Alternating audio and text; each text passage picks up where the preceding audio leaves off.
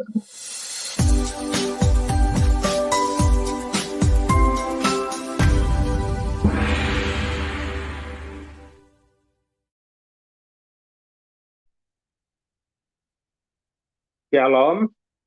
satu sukacita tersendiri setiap pagi, hari Senin sampai hari Sabtu, Askri bisa datang di hadapan saudara.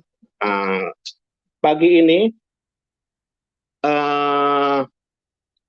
firman Tuhan akan dibawakan oleh Ibu Suryani dengan tema Jangan Dukakan Roh Kudus. Ya, kami persilakan Ibu Suryani.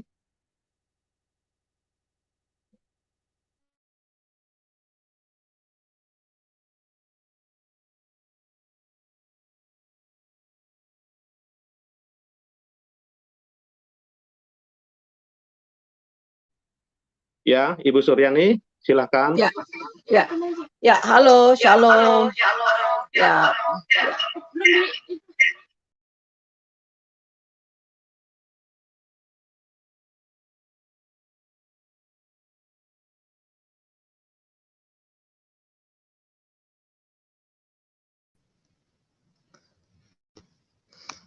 Oke, sabar ya para pemirsa sekalian, ada sedikit gangguan dari jaringannya Bu Suryani ya.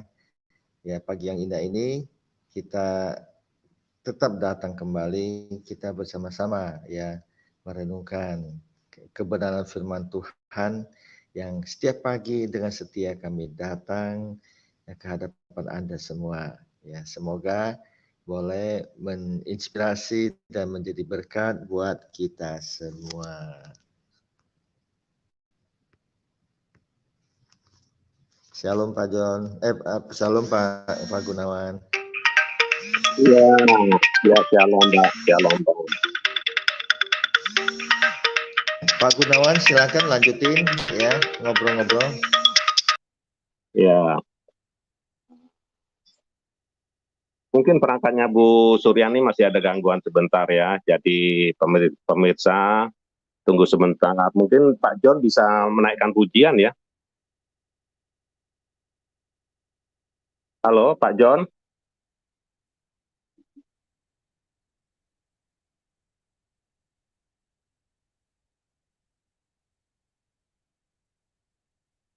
Ya, pemirsa sabar dulu ya. Kita untuk mengisi waktu yang lagi perbaikan ya Ibu Suryani. Kita doakan juga mungkin HP-nya perangkatnya bermasalah ya.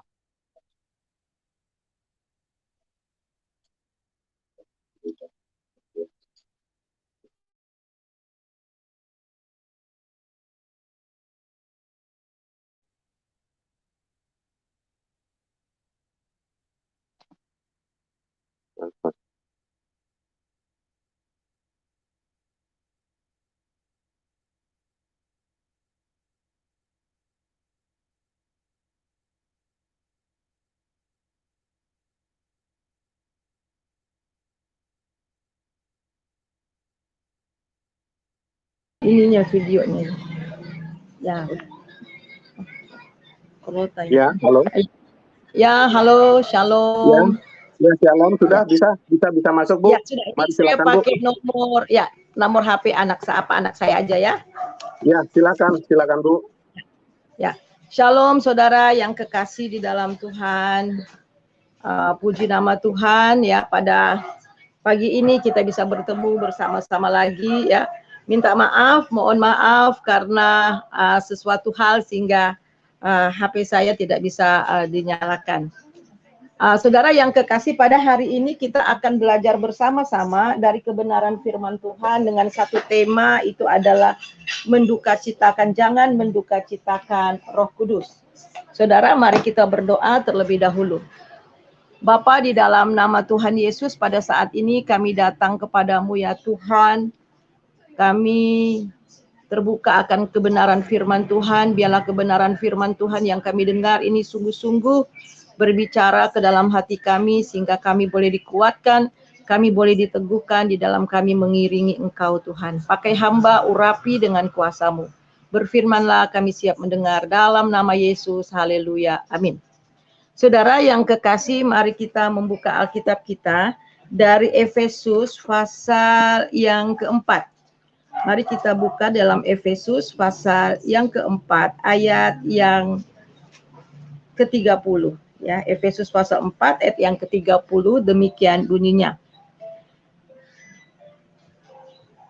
Dan janganlah kamu mendukakan Roh Kudus Allah yang telah mematraikan kamu menjelang hari penyelamatan. Saudaraku yang kekasih, di sini dikatakan firman Tuhan, janganlah kamu mendukakan Roh Kudus. Ini adalah surat Paulus kepada jemaat yang ada di Efesus. Nah, saudara, jemaat di Efesus ini adalah hasil dari pelayanan Paulus juga, dan di sini mengatakan bahwa Paulus menasehatkan jemaat yang ada di Efesus, yang bagaimana jemaat ini sudah mengenal Tuhan dan mereka sudah dilahirkan kembali.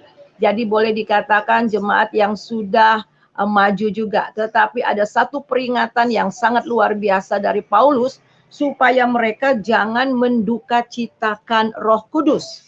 Nah, kata mendukacitakan itu adalah menyedihkan atau mengecewakan, dan itu diakibatkan karena perbuatan, perkataan, pikiran kita yang tidak menyenangkan hati Roh Kudus, sehingga Roh Kudus yang ada di dalam hati kita itu berduka cita oleh karenanya.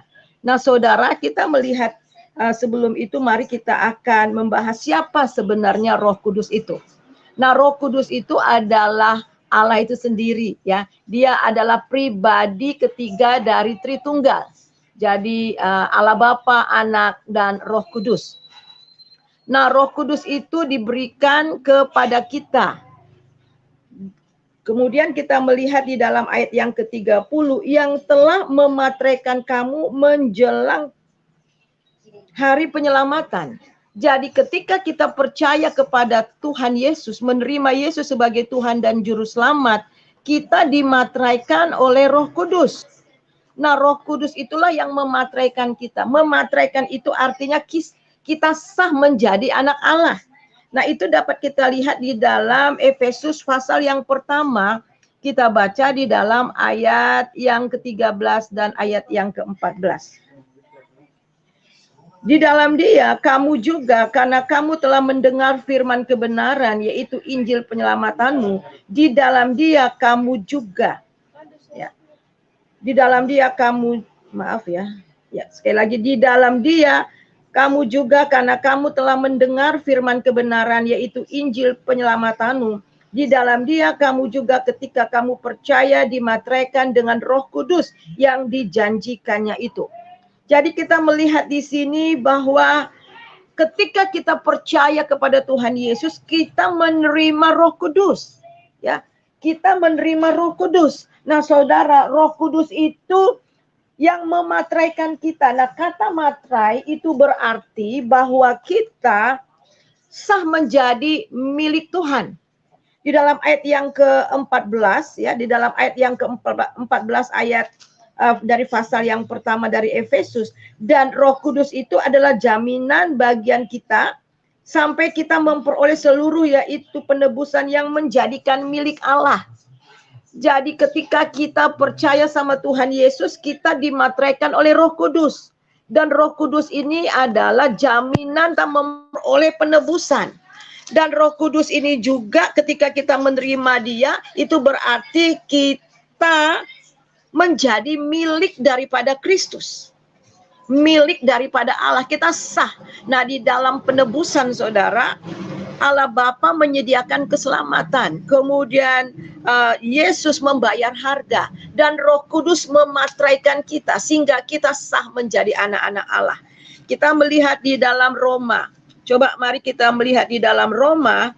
Roma pasal yang ke-8 ayat yang ke-14. Semua orang yang dipimpin Roh Allah adalah anak Allah. Sebab kamu tidak menerima roh perbudakan yang menjadi kamu takut lagi, tetapi kamu telah menerima Roh yang menjadikan kamu anak Allah. Jadi Roh Kudus inilah yang menjadikan kita anak Allah. Bahkan yang sangat luar biasa, roh itu bersaksi bersama-sama dengan roh kita bahwa kita adalah anak-anak Allah. Ini dahsyat banget saudara. Jadi sebagai orang yang percaya, kita menerima roh Allah itu sendiri. Dan Roh Kudus itu adalah roh Allah yang tinggal di dalam kita. Dia adalah pribadi Allah itu yang tinggal di dalam kita. Itu artinya ada hadirat Allah di dalam kehidupan orang percaya. Sebab itu di sini dikatakan jangan mendukacitakan Roh Kudus, karena Roh Kudus tinggal di dalam kita. Kita melihat di dalam Efesus pasal yang keempat tadi, kita kembali melihat di dalam ayat yang ke-30 yang dijanjikan itu. Jadi rupanya saudara, kita melihat di sini ya bahwa Roh Kudus itu telah dijanjikan sebelumnya. Di dalam ayat yang ke-13 dari pasal yang pertama, di dalam Dia kamu juga ketika kamu percaya dimateraikan dengan Roh Kudus yang dijanjikannya itu. Jadi Roh Kudus ini adalah penggenapan dari janji Tuhan Yesus. Sebelum Tuhan Yesus naik ke surga, Dia berjanji akan menurunkan Roh Kudus. Ada kuasa yang bekerja di dalam kita, sehingga kita boleh menjadi saksinya. Dan kemudian sebelum Tuhan Yesus mati juga, dan sebelum Tuhan Yesus disalibkan dan naik ke surga, Dia juga telah berjanji untuk mengutus seorang penghibur, untuk mengutus seorang penolong bagi kita. Mari kita baca itu di dalam Yohanes pasal yang ke-14. Kita baca di dalam Yohanes pasal 14. Kita baca di dalam ayat yang ke-15.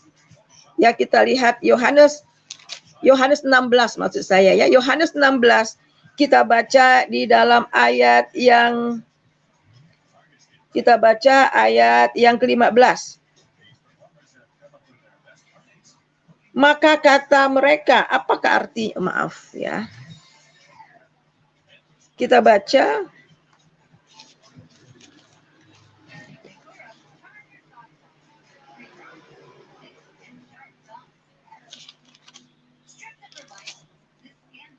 Halo. Ya, kita melihat di sini di dalam ayat yang ke-13. Apabila Ia datang, yaitu Roh kebenaran, Ia akan memimpin kamu ke dalam seluruh kebenaran, sebab Ia akan berkata-kata, sebab Ia tidak berkata-kata dari dirinya sendiri, tetapi segala sesuatu yang didengar itulah yang akan dikatakannya dan akan memberitakan kepadamu hal-hal yang akan datang.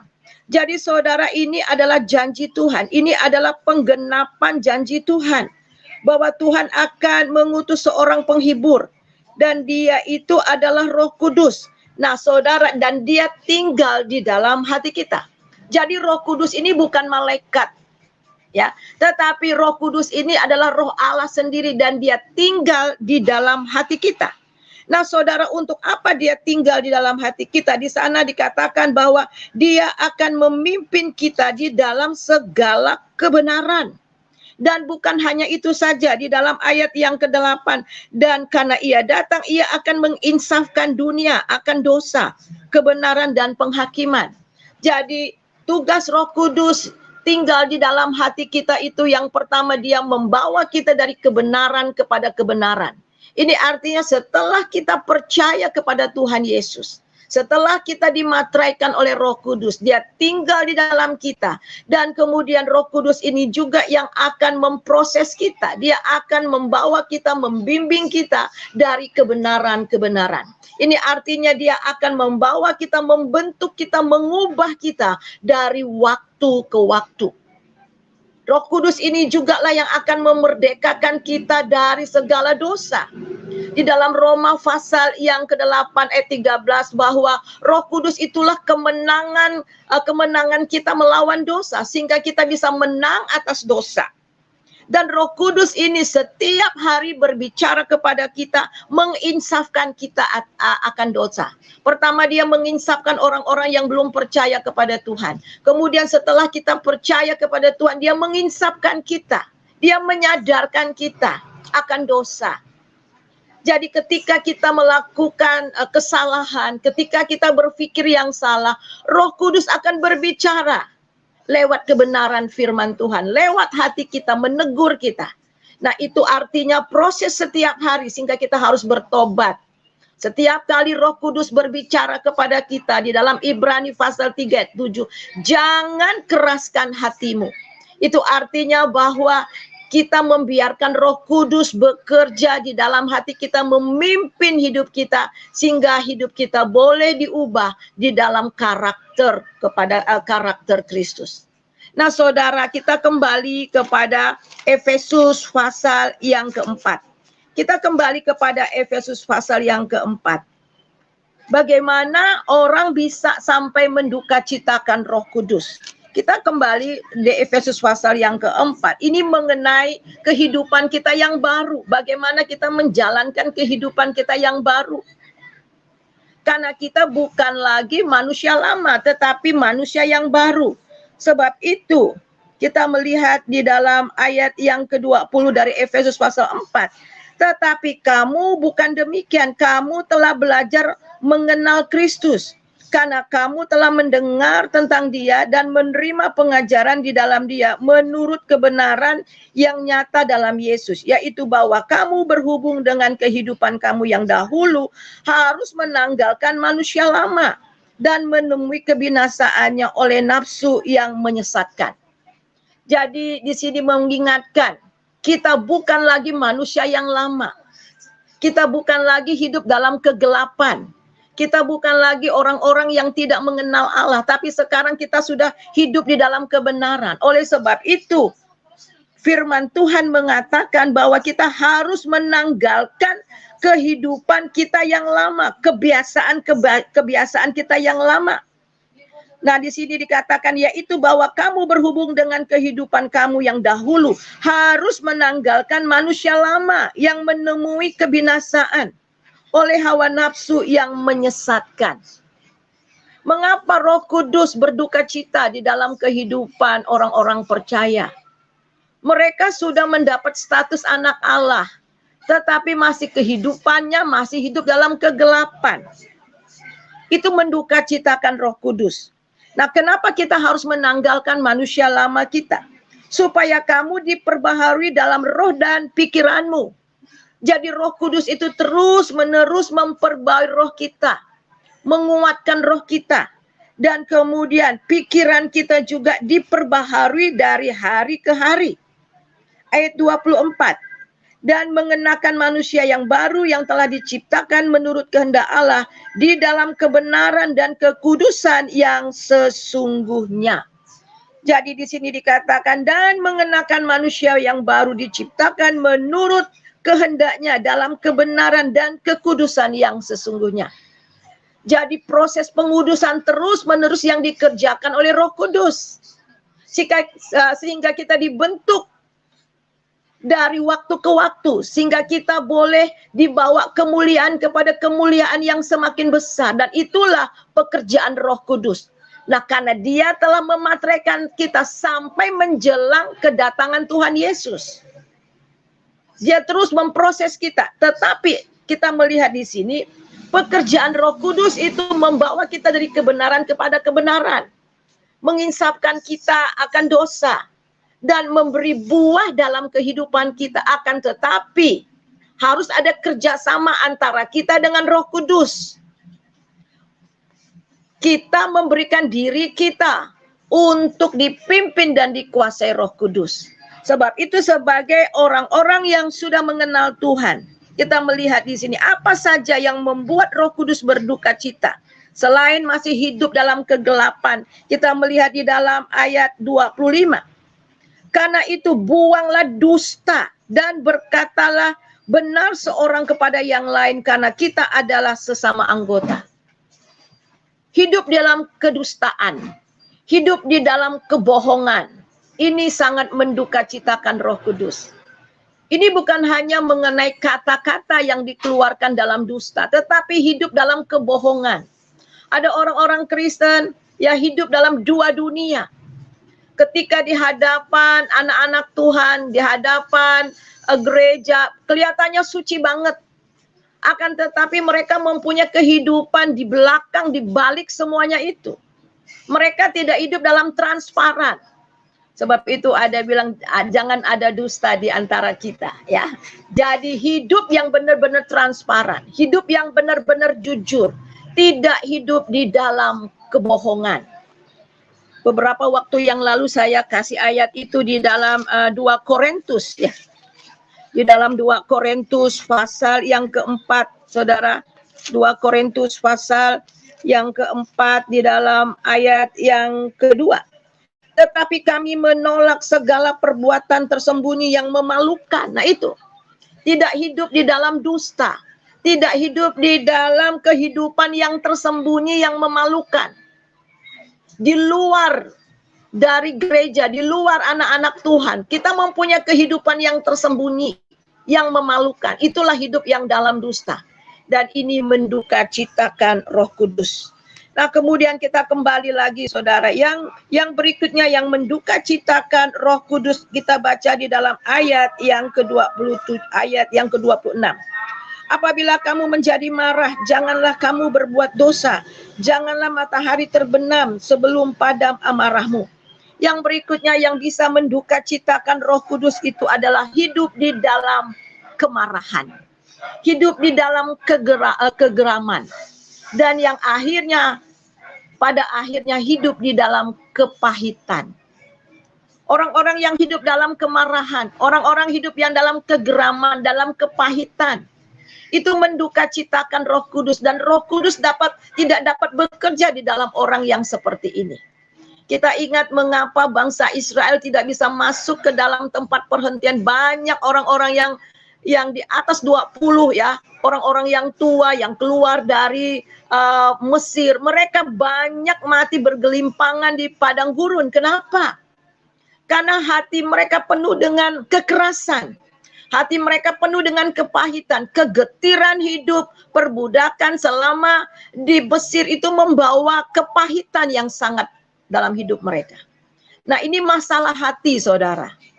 Oleh sebab itu di sini dikatakan jangan lagi hidup dalam kemarahan.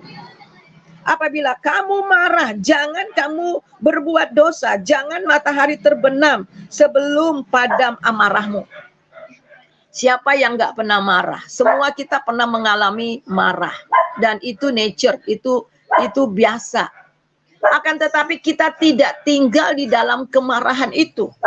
Bahkan di sini firman Tuhan katakan jangan sampai matahari terbenam. Jangan sampai matahari terbenam, itu artinya, saudara, kalau kita membiarkan kemarahan itu terus-menerus tinggal di dalam hidup kita, maka kemarahan itu akhirnya menimbulkan kebencian. Dan akhirnya kita hidup di dalam kepahitan. Kita melihat bagaimana Kain ketika hatinya marah, ketika hatinya geram, karena persembahannya tidak diterima oleh Tuhan. Dan Tuhan berbicara, saudara. Tuhan berbicara. Dia sakit hati terhadap adiknya Habil. Apa yang dikatakan oleh Tuhan? Kita baca itu di dalam Kejadian pasal yang keempat. Mari kita baca dalam Kejadian pasal yang keempat. Kita baca di dalam ayat yang ke-6. Firman Tuhan kepada Kain, mengapa hatimu panas dan mukamu muram? Jadi Tuhan berbicara ke dalam hati. Setiap anak Tuhan, kalau kita ada marah, kesel, ada masalah dalam hidup kita, dan saya percaya Roh Kudus pasti menegur kita. Roh Kudus pasti berbicara ke dalam hati kita. Sebab itu dalam Ibrani pasal 3 ayat ke-7, kalau Roh Kudus berbicara kepadamu hari ini, jangan keraskan hatimu. Nah, kita melihat apa yang dilakukan oleh Kain. Kita baca bagaimana kata Tuhan, apakah mukamu tidak akan berseri jika engkau berbuat baik? Tetapi jika engkau tidak berbuat baik, dosa sudah mengintip di depan pintu. Ia sangat menggoda engkau, tetapi engkau harus berkuasa atasnya. Dosa sudah mengintip. Ketika kita marah, ketika kita sakit hati, dan kita membiarkan, saudara ingat, dosa mengintip, iblis mengintip. Oleh sebab itu di dalam ayat yang ke-27, dan jangan memberi kesempatan kepada iblis. Jadi iblis terus berkreat di dalam hati kita, pikiran kita. Salah satu cara iblis menghancurkan kita itu adalah dengan menghancurkan hati kita. Membiarkan kita dalam kemarahan, kegeraman, kepahitan. Dan apa yang jadi kalau kita tidak mendengar suara itu? Kain akhirnya membunuh adiknya sendiri. Hatinya menjadi keras dan akhirnya hatinya menjadi jahat dan sampai membunuh adiknya. Oleh sebab itu firman Tuhan katakan jangan duka citakan Roh Kudus. Kita baca di dalam ayat yang ke-31. Segala kepahitan, kegeraman, kemarahan, pertikaian dan fitnah hendaklah dibuang dari antara kamu. Demikian pula segala kejahatan. Tetapi hendaklah kamu ramah terhadap seorang terhadap yang lain. Penuh kasih mesra dan saling mengampuni. Sebagaimana Allah di dalam Kristus telah mengampuni kamu. Jadi kita harus, saudara, kita lihat di sini, membuang semua kegeraman, membuang semua kepahitan, mengampuni. Ada orang gini katakan sama saya, enggak mungkin Bu saya ampuni dia terlalu jahat. Saya begitu terluka, saya begitu sakit hati. Saudara, soal mengampuni itu bukan perasaan, tetapi itu ketaatan. Tuhan meminta supaya kita mengampuni. Salah satu kalimat dalam doa Bapa kami, ampunilah kesalahan kami seperti kami sudah mengampuni orang yang bersalah kepada kami. Jadi jelas, kita diampuni karena kita juga mengampuni orang lain. Jadi ini kita harus taat, bukan perasaan. Walaupun tadinya perasaan kita mungkin masih sakit, tetapi kita bilang, Tuhan saya mau ampuni dia. Kita taat. Urusan hati nanti Roh Kudus yang akan bekerja. Tuhan tahu bagaimana memperbaiki hati kita. Nah, saudara, kita lihat lagi di sini. Yang berikutnya juga ya saudara, yang mendukacitakan Roh Kudus. Bukan hanya kepahitan, bukan hanya hidup dalam dusta, dalam kepahitan. Dan kemudian kita melihat di dalam ayat yang ke-28. Orang yang mencuri, jangan mencuri lagi. Tetapi baiklah ia bekerja keras. Melakukan pekerjaan yang baik dengan tangannya sendiri. Supaya ia dapat membagikan sesuatu kepada orang yang berkekurangan. Yang mendukacitakan Roh Kudus yang berikutnya itu adalah hidup tidak disiplin. Hidup dalam kemalasan. Tidak punya tanggung jawab atas diri sendiri. Saudara, kita ini adalah anak-anak kerajaan. Kita diberi disiplin untuk diri kita sendiri dan juga untuk orang lain. Ini bekerja. Di sini berbicara mengenai orang-orang yang malas bekerja. Akhirnya mencuri. Mencuri hak orang lain. Saudara, firman Tuhan dengan jelas di sini, baiklah ia bekerja keras melakukan pekerjaan dengan tangannya sendiri. Jadi orang-orang yang malas, orang-orang yang tidak punya tanggung jawab terhadap diri sendiri, juga tidak punya tanggung jawab terhadap orang lain. Malas bekerja, malas melayani, malas melakukan segala sesuatu. Dan selalu bergantung kepada orang lain. Nah, ini Roh Kudus berduka cita. Saudara, Allah kita adalah Allah yang bekerja. Dia mau juga kita bekerja. Dan supaya apa, saudara? Di sini dikatakan, supaya ia dapat membagikan sesuatu kepada orang yang berkekurangan. Jadi bukan orang yang bergantung pada diri sendiri. Nggak mungkin kita katakan bahwa Allah itu kaya, Allah itu luar biasa. Tapi kita minta sana sini. Ya, dan kita melihat di sini itu mendukacitakan Roh Kudus. Dan Tuhan mau supaya justru ketika kita diberkati, kita menjadi berkat bagi orang lain. Mendukacitakan Roh Kudus kalau kita tidak peduli dengan kekurangan orang lain. Nah, kemudian kita lihat lagi di dalam ayat yang ke-29. Janganlah ada perkataan kotor keluar dari mulutmu. Orang-orang yang tidak menjaga mulutnya. Saudara, Yakobus mengatakan seperti ini. Ya, lidah itu seperti racun. Mulut lidah ini seperti racun. Mulut yang sama kita memuji Tuhan, tapi mulut yang sama kita mengeluarkan kata-kata yang tidak pantas, kata-kata kotor. Ada kebun binatang keluar di situ, ya. Ada kotoran-kotoran yang keluar dari mulut. Itu karena apa? Karena pikirannya kotor. Kenapa pikirannya kotor? Karena hidupnya tidak kudus, tidak hidup di dalam kekudusan Tuhan. Jadi ini menduka citakan Roh Kudus. Saudara, ada banyak kali lewat perkataan kita menyakiti hati orang. Ada banyak lewat perkataan kita, orang lain juga saudara down. Jadi perkataan ini sangat penting sekali. Sebab itu jangan ada keluar kata-kata kotor. Kita nggak sembarangan berbicara. Seringkali anak-anak Tuhan bercanda dengan kata-kata kotor. Dan saya percaya ketika kita sedang berkata-kata kotor, berkata-kata yang tidak pantas, berkata-kata yang tidak memuliakan Tuhan, saya rasa hatinya langsung nggak enak. Pasti sudah ada sen dari Roh Kudus, tapi seringkali kita melanjutkan itu. Kemudian kata-kata yang gosip, menjelek-jelekan orang lain. Jadi bagaimana kita menggunakan kata-kata kita? Seringkali kita tanpa sadar telah menduka citakan Roh Kudus.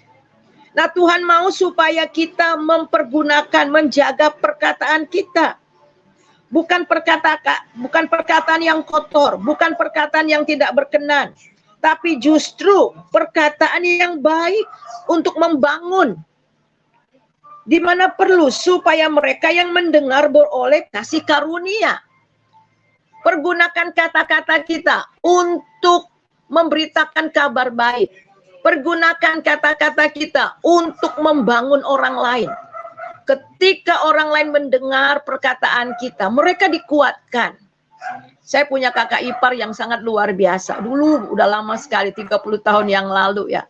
Kalau saya lagi galau, kalau saya lagi nggak mood atau gimana lah ya, terus saya main ke rumahnya. Biasanya weekend, saya dengan suami saya main ke rumahnya. Kami ada Bible study bersama-sama keluarga Pantau. Nah, kakak saya ini selalu bilang gini, ih, luar biasa dasar lo Yan. Di kantor begini-begini, Tuhan itu luar. Dia cerita tentang kesaksian. Dia hanya cerita. Setiap kali saya ketemu dia cerita tentang kebaikan Tuhan, tentang kasih Tuhan. Nah, saya yang lagi galau, saya yang lagi nggak enak hati, mendengar perkataannya, diam-diam saya dibangkitkan. Jadi saudara, perkataan yang benar-benar membawa orang itu dikuatkan. Di sini membangun. Jadi hati-hati di dalam kita menggunakan perkataan kita. Dan seringkali kita ngomongnya terlalu besar. Kita membanggakan diri dari omongan-omongan kita. Sehingga lewat perkataan kita tanpa kita sadari, kita telah menduka citakan Roh Kudus. Nah, sekarang pertanyaan yang berikutnya. Apa yang terjadi kalau Roh Kudus berduka cita di dalam kehidupan kita? Yang pertama, tanda-tandanya Roh Kudus sedang berduka cita di dalam hidup kita.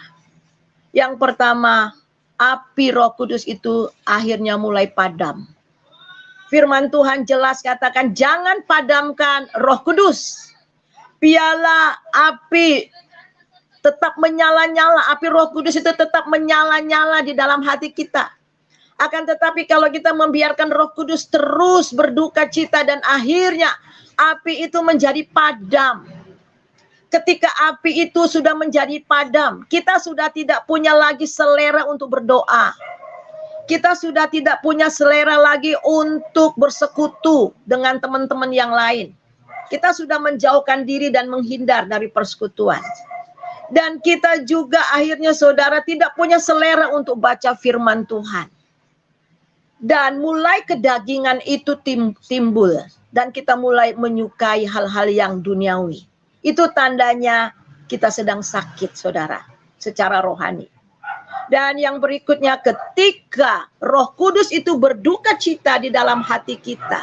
Apa yang terjadi saudara? Roh Kudus berduka dalam hati kita dan akhirnya kita lihat di sini kita kehilangan damai sejahtera. Kita kehilangan damai sejahtera. Kita kehilangan kasih. Kita ingat bagaimana Saul. Saul ketika dia iri hati terhadap Daud. Dia kehilangan damai. Dan dia berusaha untuk menyembuhkan kehilangan damai ini. Kegelisahan hatinya. Dengan cara apa, saudara? Dengan cara memanggil Rabana, kecapi dan sebagainya, penari-penari, dengan berpikir bahwa dia dapat kembali bersukacita damai itu. Tapi semakin dia berusaha untuk menenangkan hatinya, untuk mendapatkan damai itu dari luar, semakin dia terpuruk. Dan akhirnya betul-betul hidupnya dan hatinya hancur. Nah saudara, ketika kita menduka citakan Roh Kudus, kita kehilangan damai itu. Dan kalau itu terus menerus akhirnya kita kehilangan kasih, kita kehilangan sukacita. Dan kita tidak lagi menghasilkan buah Roh Kudus. Kita mulai menghasilkan buah-buah kedagingan. Dan akhirnya orang yang seperti ini, kalau terus tidak bertobat saudara, Alkitab mengatakan, sama seperti anjing kembali kepada muntahnya. Dan babi kembali kepada kubangannya. Ini bahaya banget saudara. Sebab itu kalau hari ini Roh Kudus berbicara kepada kamu, jangan keraskan. Biarlah firman Tuhan yang kita dengar pada hari ini betul-betul mengingatkan kepada kita supaya kita jangan hidup di dalam dusta. Kita jangan hidup di dalam kepahitan. Jaga hati. Dan kemudian jangan hidup di dalam kemalasan, tidak disiplin. Jangan hidup di dalam ketidakkudusan. Biarlah pikiran kita, perkataan kita, hidup di dalam kekudusan yang Tuhan perintahkan kepada kita. Dan kemudian kita melihat di sini bahwa kita harus taat. Setiap kali Roh Kudus berbicara kepada kita, jangan keraskan hati kita. Mari kita satu dalam doa. Terima kasih Tuhan untuk kebenaran firman Tuhan yang kami dengar pada pagi ini. Mengingatkan kepada kami bahwa kami ini adalah bait Allah, di mana Roh Kudus tinggal di dalam kami. Roh Kudus itulah penolong kami. Roh Kudus itulah penghibur kami. Roh Kudus juga yang membimbing kami dari kebenaran kepada kebenaran. Dan selalu menginsapkan kami kepada dosa-dosa kesalahan kami. Supaya kami terus diperbaharui dari waktu ke waktu. Sehingga kami boleh diubah. Dan dibawa dari kemuliaan kepada kemuliaan. Ampuni kami kalau ada di antara kami saat ini. Kami telah menduka citakan Roh Kudus. Biarlah firman Tuhan pada hari ini berbicara kepada kami. Dan kami mau bertobat mengakui. Perbaharui hidup kami kembali Tuhan. Di dalam nama Yesus kami berdoa. Haleluya. Amin. Ya, saya serahkan kepada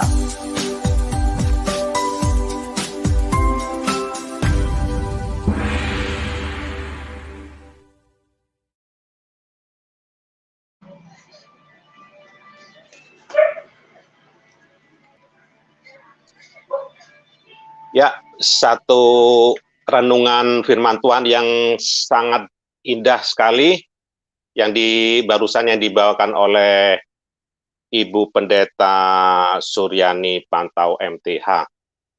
Jadi Roh Kudus itu seperti digambarkan di ini ketika umat Israel keluar dari Mesir menuju ke tanah perjanjian, yaitu tanah Kanaan yang penuh dengan susu dan madu. Nah, di sana juga Tuhan memimpin, di mana ditulis di Keluaran 13 ayat 21, Tuhan berjalan di depan mereka pada siang hari dalam tiang awan untuk menuntun mereka di jalan, dan pada waktu malam dalam tiang api untuk menerangi mereka, sehingga mereka dapat berjalan siang dan malam.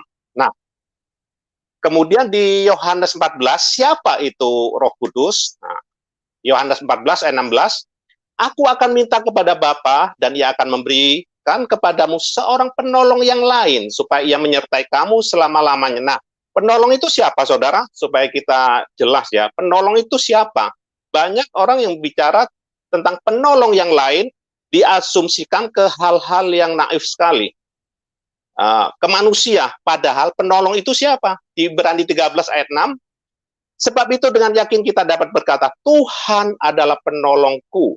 Nah, Tuhan berarti ya penolong itu ya, bukan jenis manusia, apalagi manusia yang tidak layak dan amat tidak layak, baik dari akhlak maupun dari segala, dari suku, ataupun dari bangsa yang bukan pilihan Tuhan. Jangan coba ngaku-ngaku ya. Aku tidak akan takut apakah yang dapat dilakukan manusia terhadap aku. Baiklah, saudara, kita tiba waktunya untuk masuk dalam sesi tanya jawab dan tanggapan. Baiklah, pertama kami berikan waktu kepada Pak Heri Ikim Askri, waktu 3 sampai 5 menit. Terima kasih. Puji Tuhan. Shalom semua. Mulai dengan sukacita ya. Baik, jangan mendukakan Roh Kudus, ini benar Bu. Terima kasih Ibu Suryani, itu juga awasan untuk saya juga. Kita nggak usah muluk-muluk lah mendukakan Roh Kudus, tidak harus selingkuh, tidak harus maling, tidak harus korupsi, tidak harus menghujat agama lain. Hal-hal sepele aja lah. Kita nggak seneng sama orang lain, jangan seperti orang ini ya, orang-orang pendosa orang tidak dewasa ya, senang melihat susah melihat orang senang, senang melihat orang susah. Mestinya kita bersukacita bersama orang yang bersukacita, beri motivasi ketika orang melayani gitu. Ketika orang dipakai Tuhan, dukung terus, bukan cari iya itu karena ya. Kemudian terus berpikir positif. Filipi 4 ayat 8, semua yang baik, indah, sedap didengar, pikirkanlah semuanya itu, dan dengan kacamata Tuhan itu bersih. Warna kacamata apa yang kita pakai, warna itulah yang seolah-olah kita lihat di dunia ini. Pakai kacamata Tuhan, maka segala sesuatu indah, kita berpikir positif, kita bersukacita, dan tidak mendukakan Roh Kudus. Tuhan memberkati Pak. Ya, jadi bukan kacamata kuda Pak ya? Apa saya kedengaran? Kurang lancar Pak, itu sinyal dari Pak Heri. Baiklah, kita lanjut ke Bapak MVP Raja Wali.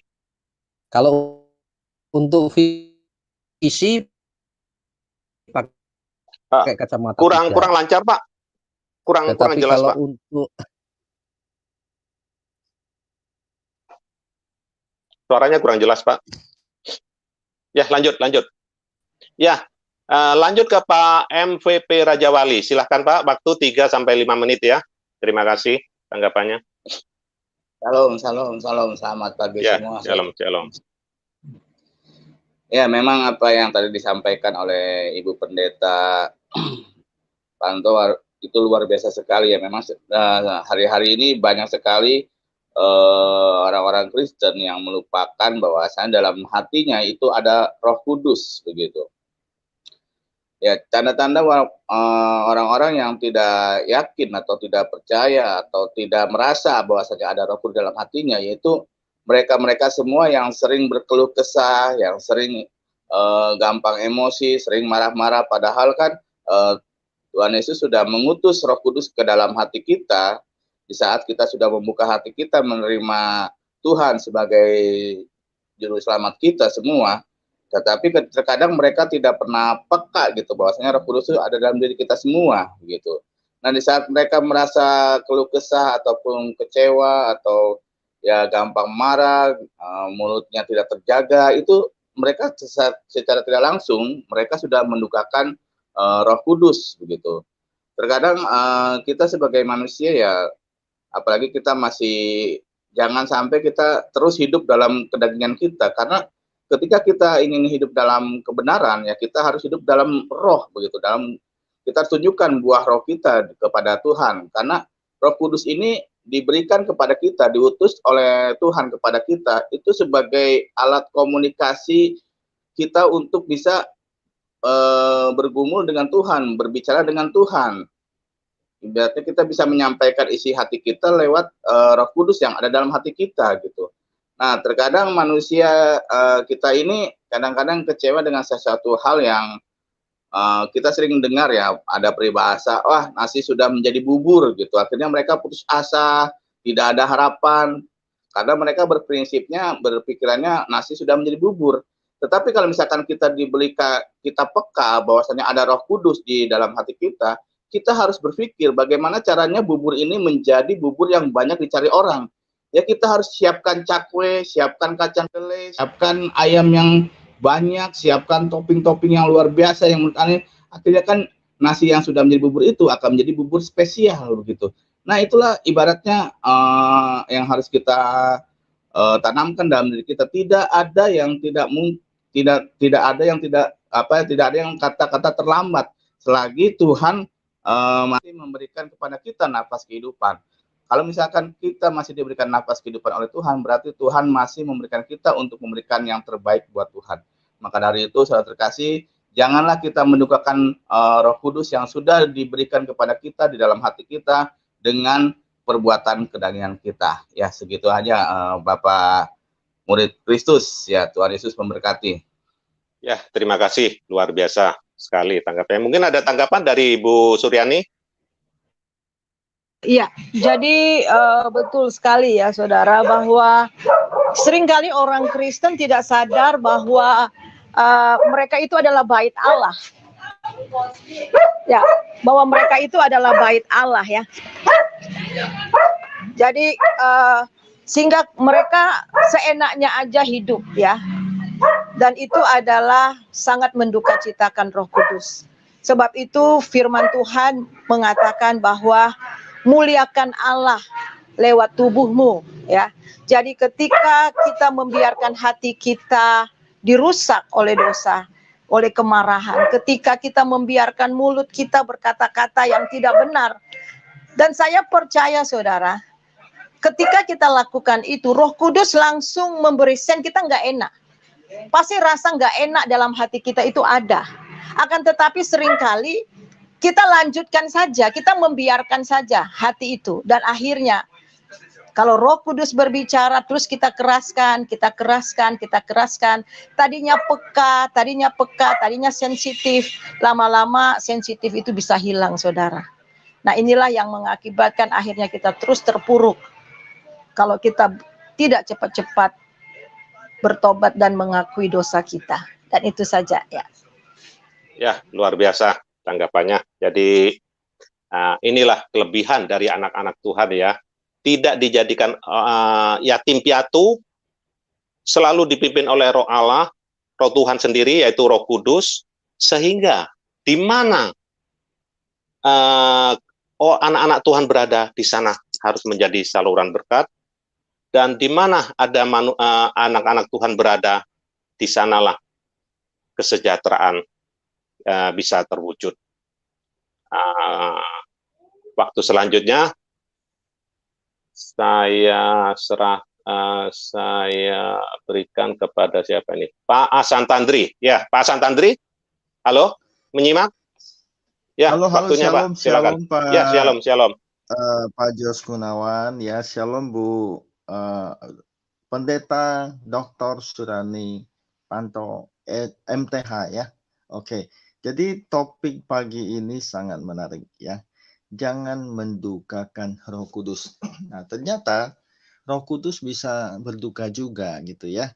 Nah, meskipun dia dalam roh, dia bisa berduka ya. Di sini saya dapatkan satu contoh ya. Satu contoh kisah yang termasuk mendukakan Roh Kudus. Nah, ketika kita ingat tentang kisah Daud ya, Daud dan Batseba. Ya kan, Daud ya dengan segala kelicikannya, dengan siasatnya ya, dan segala semua komplit, pembunuhan semua terjadi.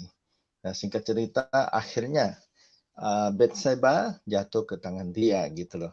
Namun ketika Nabi Nathan datang padanya, ya Tuhan menyampaikan melalui Nabi Nathan, tapi ya saat itu nggak langsung ya dalam suatu cerita tentang seorang kaya yang memiliki domba yang gemuk banyak sekali, sementara si miskin mempunyai satu domba yang kurus. Nah, singkat cerita, yang orang kaya itu kedatangan tamu, ya, dan domba yang satu-satunya dan kurus itu yang diambil. Saat itu Daud marah sekali. Orang tersebut harus dihukum mati. Terus Nabi Nathan bilang, engkaulah orangnya. Nah, waktu itu gimana respon Daud? Dia raja loh, dia punya pengawal banyak. Bisakah dia bilang, hai pengawal, silakan penggal kepala Nathan? Wah, itu sangat mungkin sekali. Nah, namun di sini itulah satu situasi Daud mendukakan Roh Kudus, ya. Nah, kemudian bagaimana respon dia, ya? Nah, saat itu dia langsung berlutut dan dia minta ampun pada Tuhan, ya. Itu kisahnya bisa dibaca di Mazmur 51, ya. Nah, di saat dia jatuh dalam dosa, ya. Nah, khususnya itu ya bisa dibaca dari ayat 1, ya, ayat 1 untuk pemimpin biduan Mazmur Daud ketika Nabi Nathan datang kepadanya setelah ia menghampiri Betseba. Nah, apa yang respon Daud? Kasihanilah aku ya Allah, menurut kasih setiamu, hapuskanlah pelanggaranku menurut rahmatmu yang besar. Ya, jadi dia tidak bilang panggil pengawalnya supaya Nabi Nathan dipenggal kepalanya, ya, tapi melainkan dia katakan kasihanilah, ya. Nah, kalau kita pernah dengar lagu jadikan hatiku tahir ya Allah, dan perbaharuilah batinku, jangan buang aku dari hadapanmu, dan seterusnya. Oh, terus Nah, lanjut Pak, nggak apa-apa Pak, pujiannya Pak. Ya, jadi ini sangat menginspirasi sekali, ya. Itu terdapat di 51 ayat 10 sampai 12. Ya, di situ dikatakan, jangan membuang aku dari hadapanmu, bangkitkan lagi karya keselamatanmu dan perbaharui batinku. Nah, disitulah itu cara Daud untuk maksudnya kembali memulihkan hubungannya dengan Roh Kudus, ya. Nah, satu hal kenapa pentingnya kita tidak mendukakan Roh Kudus, ya. Karena gini, tadi sudah disampaikan panjang lebar oleh hambanya, ya. Kalau kita mendukakan Roh Kudus sudah tentu hati itu tidak damai, tidak sejahtera, ya, tidak sejahtera, dan apapun yang kita lakukan pasti serba salah. Kenapa? Karena Roh Kudus tidak pegang peranan dalam hidup kita. Nah, seperti itu. Ya, jadi ternyata Roh Kudus itu punya perasaan juga gitu loh, ya. Jadi perasaannya menurut saya sangat halus, bahkan lebih halus dari perasaan seorang wanita. Nah, terus bagaimana respon hati kita? Nah, kita mesti jaga betul. Ya, apapun yang kita perbuat, apapun yang kita lakukan, kita mesti pastikan ya hati kita itu selaras dengan Roh Kudus. Nah, kalau cara selaras nggak selaras gimana caranya? Kita lihat, pokoknya kalau kita lakukan damai, makin damai. Nah, itu artinya Roh Kudus beserta kita. Ya, tapi kalau sebaliknya, seringkali saya juga alami sendiri, ya.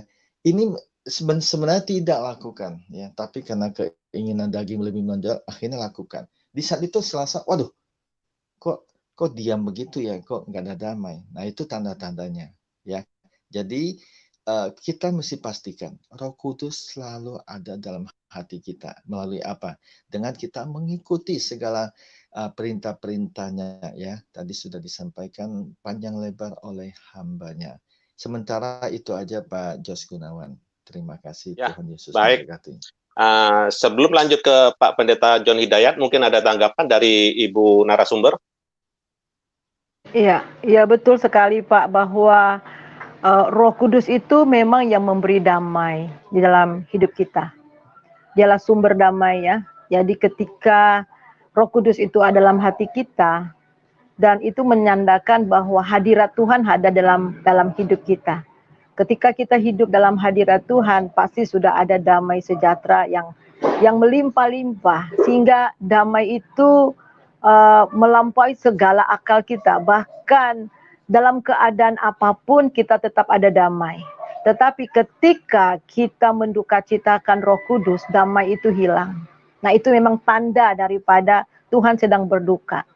Dan biasanya kalau seperti itu kita bilang, aduh Tuhan, kita harus bilang, Tuhan, ampuni saya. Pasti kita tahu, Roh Kudus pasti kasih tahu sama kita bahwa kita telah melakukan kesalahan.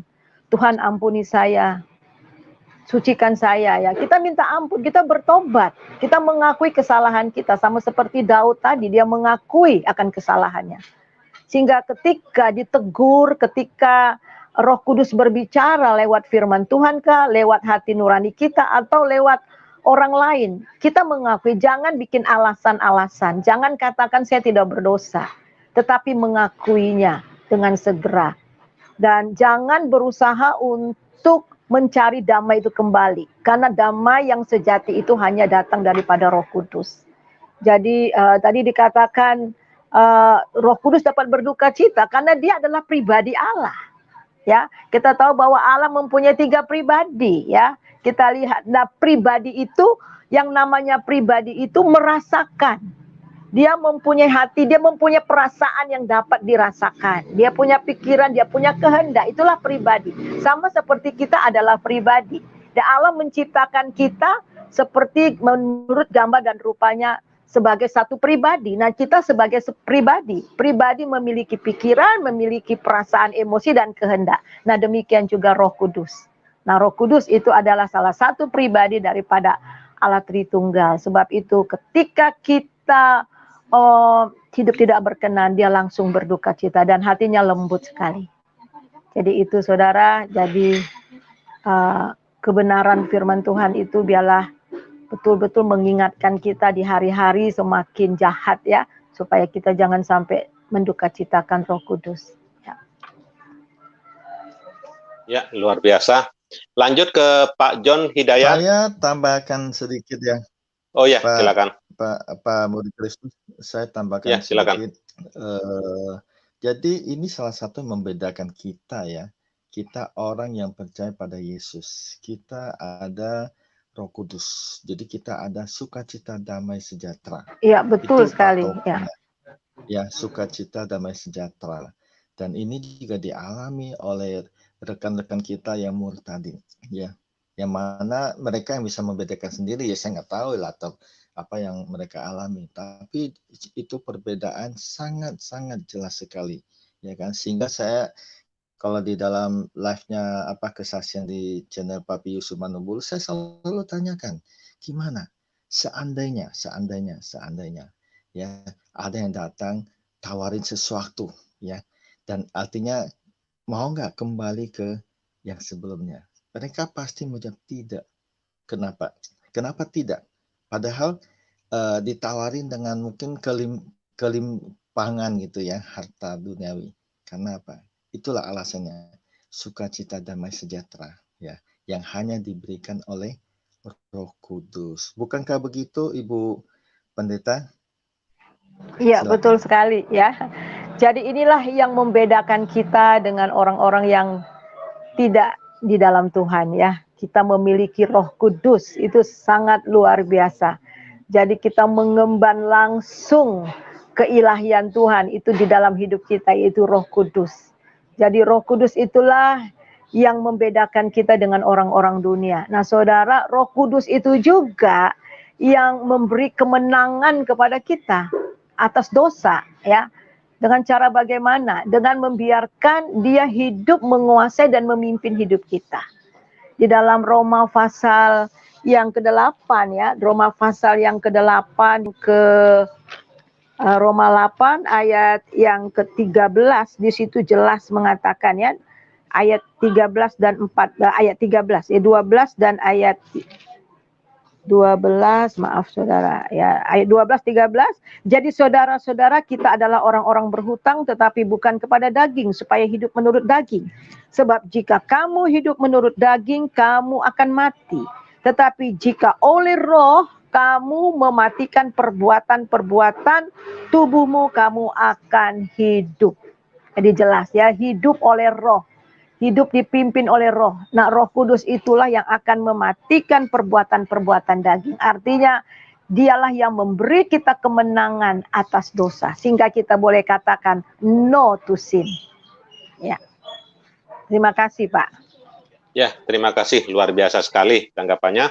Lanjut ke Pak John Hidayat. Silakan. Halo, Pak John. Ya, silakan, Pak. Di mute, Pak. Di mute, ya.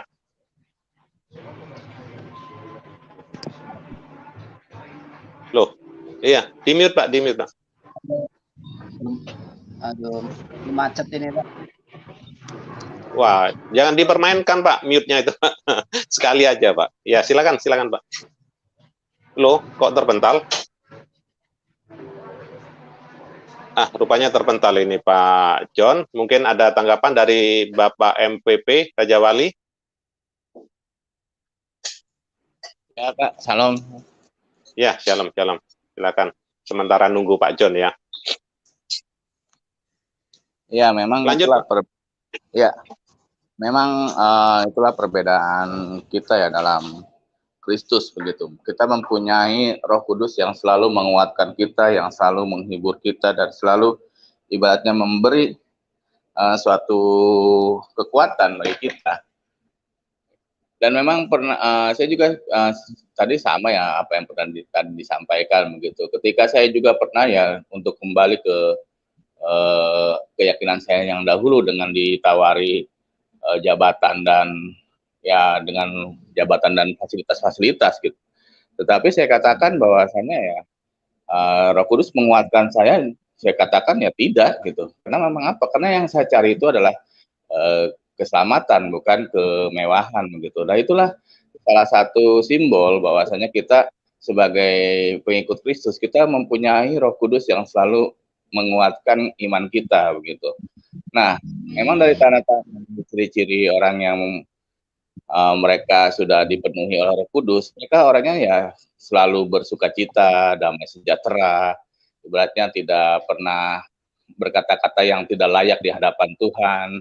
Dan itulah yang harus kita lebih peka lagi, dan kita yang terlebih khusus kita harus menjaga kekudusan diri kita begitu ya, walaupun kita tidak bisa kudus secara 100% ya, kita karena kan kita ya manusia gitu. Terkadang ya saya juga kadang-kadang ya ada rasa emosi yang tidak tanpa saya sadari. Ketika saya emosi dan marah itu setelah selesai tiba-tiba ada suara begitu. Kenapa saya begini yang gini-gini. Jadi itu saya yakin itu adalah Roh Kudus yang selalu membimbing kita. Jadi buka terus hati kita untuk Roh Kudus dan tunjukkanlah bahwasanya Roh Kudus ada dalam diri kita dengan kita menunjukkan karakter kita seperti karakter Roh Kudus itu sendiri begitu. Ya, mungkin lanjut dulu ke yang lain, Pak. Ya, harus kita taat dan setia ya. Selalu jangan keraskan hati supaya kita tidak jadi orang yang bebal. Baiklah, Pak John. Silahkan. Ya, puji Tuhan, Pak. Selamat pagi. Ya, Pak selamat pagi. Yang diberkati luar biasa. Wow, mantap, Pak. Mohon maaf tadi ini mic-nya saya sentuh-sentuh tidak kebuka, jadi saya keluar dulu, error Pak ya handphonenya. Puji Tuhan. Shalom, Bu Suryani. Ya, shalom Pak. Ya. Sangat memberkati topik yang memang sangat luar biasa. Memang betul peranan Roh Kudus itu sentral sekali bagi orang-orang percaya.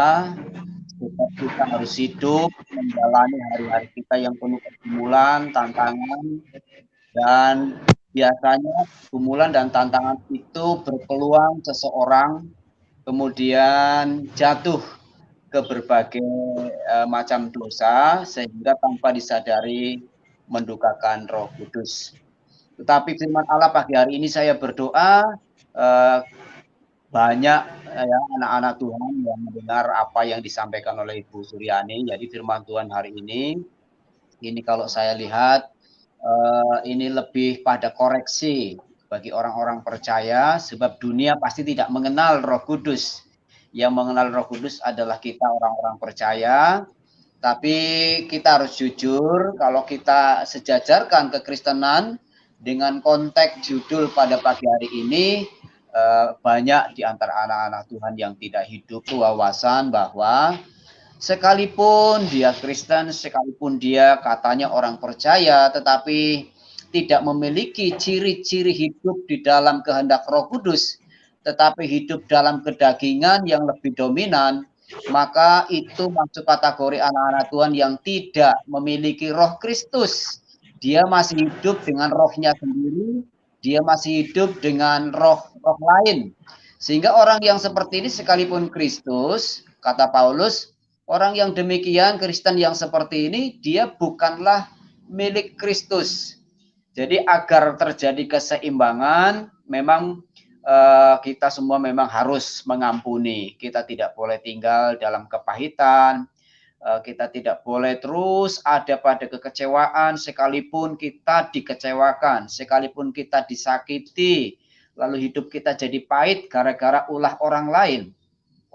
Tetapi firman Allah itu harus seimbang, ya, supaya mereka juga yang mendengar firman Tuhan hari ini, yang tidak pernah menyadari, yang kurang mau menyadari, yang tidak mau mengakui seperti Daud hari ini oleh firman Tuhan pagi hari ini yang disampaikan oleh Ibu Suryani, lalu mereka dijamah oleh firman, mereka yang salah, mereka yang menyakiti temannya, mereka yang merugikan temannya harus menyadari, minta ampun sama Tuhan dan datang kepada orang-orang yang dirugikan, minta maaf. Baru setelah itu saya percaya terjadi pemulihan, kembali urapan Roh Kudus hadir, damai sejahtera dikembalikan.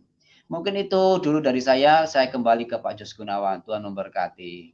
Ya, waktu sudah berjalan 1 jam 7 menit, kita masuk sesi putaran kedua. Sesi putaran kedua dilanjutkan oleh Pak Heri, siapa ini? Pak Heri Ikim Askri. Ya, mari silakan waktunya, Pak. Shalom, Pak. Dulu ya, shalom. Saya ketika belum bertobat, saya itu tidak merokok, tapi berteman sama teman yang perokok-perokok. Masih SMP itu saya ikut-ikutan merokok. Awalnya, oh pahit, aduh pusing, tapi saya ulang lagi, kumpul lagi, ulang lagi. Dari pahit akhirnya mulai enak, terus dari pahit akhirnya bisa menikmatinya. Akhirnya saya bisa membedakan kalau rokok Surya itu begini, kalau kalau apa itu si Samsu begini, Bentul begini, mana yang saya suka ada, sampai bisa membedakan itu. Ya sama, orang mendugakan rokok. Ya, halo. Rokok lanjut, Pak. Ya. Dulu, Pak. Lanjut. Oke. Setiap orang itu punya feeling ya, sense gitu kata Ibu Suryani tadi. Awalnya ada perasaan-perasaan tidak enak itu, tetapi karena double diulang lagi, sekali-sekali ya nggak apa-apa lah. Akhirnya dia awalnya tahu kebenaran, akhirnya pembenaran, kan begitu. Nah orang kalau udah teriak, akhirnya saya paling sulit melepas itu rokok. Ketika mau sekolah Alkitab, sekolah misi waktu itu kurang 2 bulan itu baru bisa lepas. Setengah mati, Pak, matinya setengah. Tapi itu setelah saya marah terhadap diri sendiri dan komitmen saya lepas, hari itu juga bisa pelan-pelan ganti permen, 1 hari nggak merokok, besoknya merokok, jadi lebih enak. Akhirnya ketika komitmen jadi. Intinya apa? Orang mendugakan Roh Kudus pertama itu ada kepekaan, tetapi seperti Ibu Suryani katakan itu meneguhkan pengalaman saya, yaitu tadi ketika diulang-ulang jadi kebal. Akhirnya suara ini menjauh. Nah contoh, Mother Teresa, wah itu luar biasa. Di seberang Sungai Gangga ada suami istri ribut, teriak-teriak, marah-marah sampai dipukul. Akhirnya suster muda tanya, kenapa mereka seperti itu? Ya karena kasihnya udah jauh. Karena kasihnya udah jauh, makanya dia harus teriak-teriak. Gitu. Nah kalau deket beda itu. Ada kasih. Jadi intinya seperti itu. Peka dan kembali ke jalan yang benar. Itu sangat penting. Nah masalahnya sekarang orang lebih peka kepada HP daripada kepada persekutuan dengan Roh Kudus. Maksudnya apa? Ayo jujur aja. Orang ya pergi ke pasar, kok pasar nggak enak, ada apa ya? Oh alah, HP-nya ketinggalan. Tapi pagi itu dia nggak baca. Iya. Di mute Pak, di mute Pak. Buka mute-nya Pak. Iya. Iya.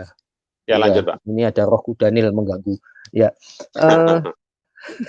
Betul nggak? Orang lebih peka terhadap HP daripada ada perasaan tidak enak. Nah, YouTuber yang sudah besar ini hati-hati. Saya aja juga harus hati-hati loh. Duh, perasaan kok nggak enak. Kenapa ya hari ini kok nggak ada konten saya bikin ya? Kok nggak ada live yang saya bikinnya? Perasaan nggak enak ya. Daripada menggali firman, daripada ini dibanding konten. Oh, hati-hati. Mendukakan Roh Kudus itu nggak usah yang jauh-jauh. Nggak usah yang berat-berat gitu. Yang hal-hal semacam itu. Ayo, saat ini kita lebih peka kemana? Termasuk ini jemaat ya. Jemaat semua.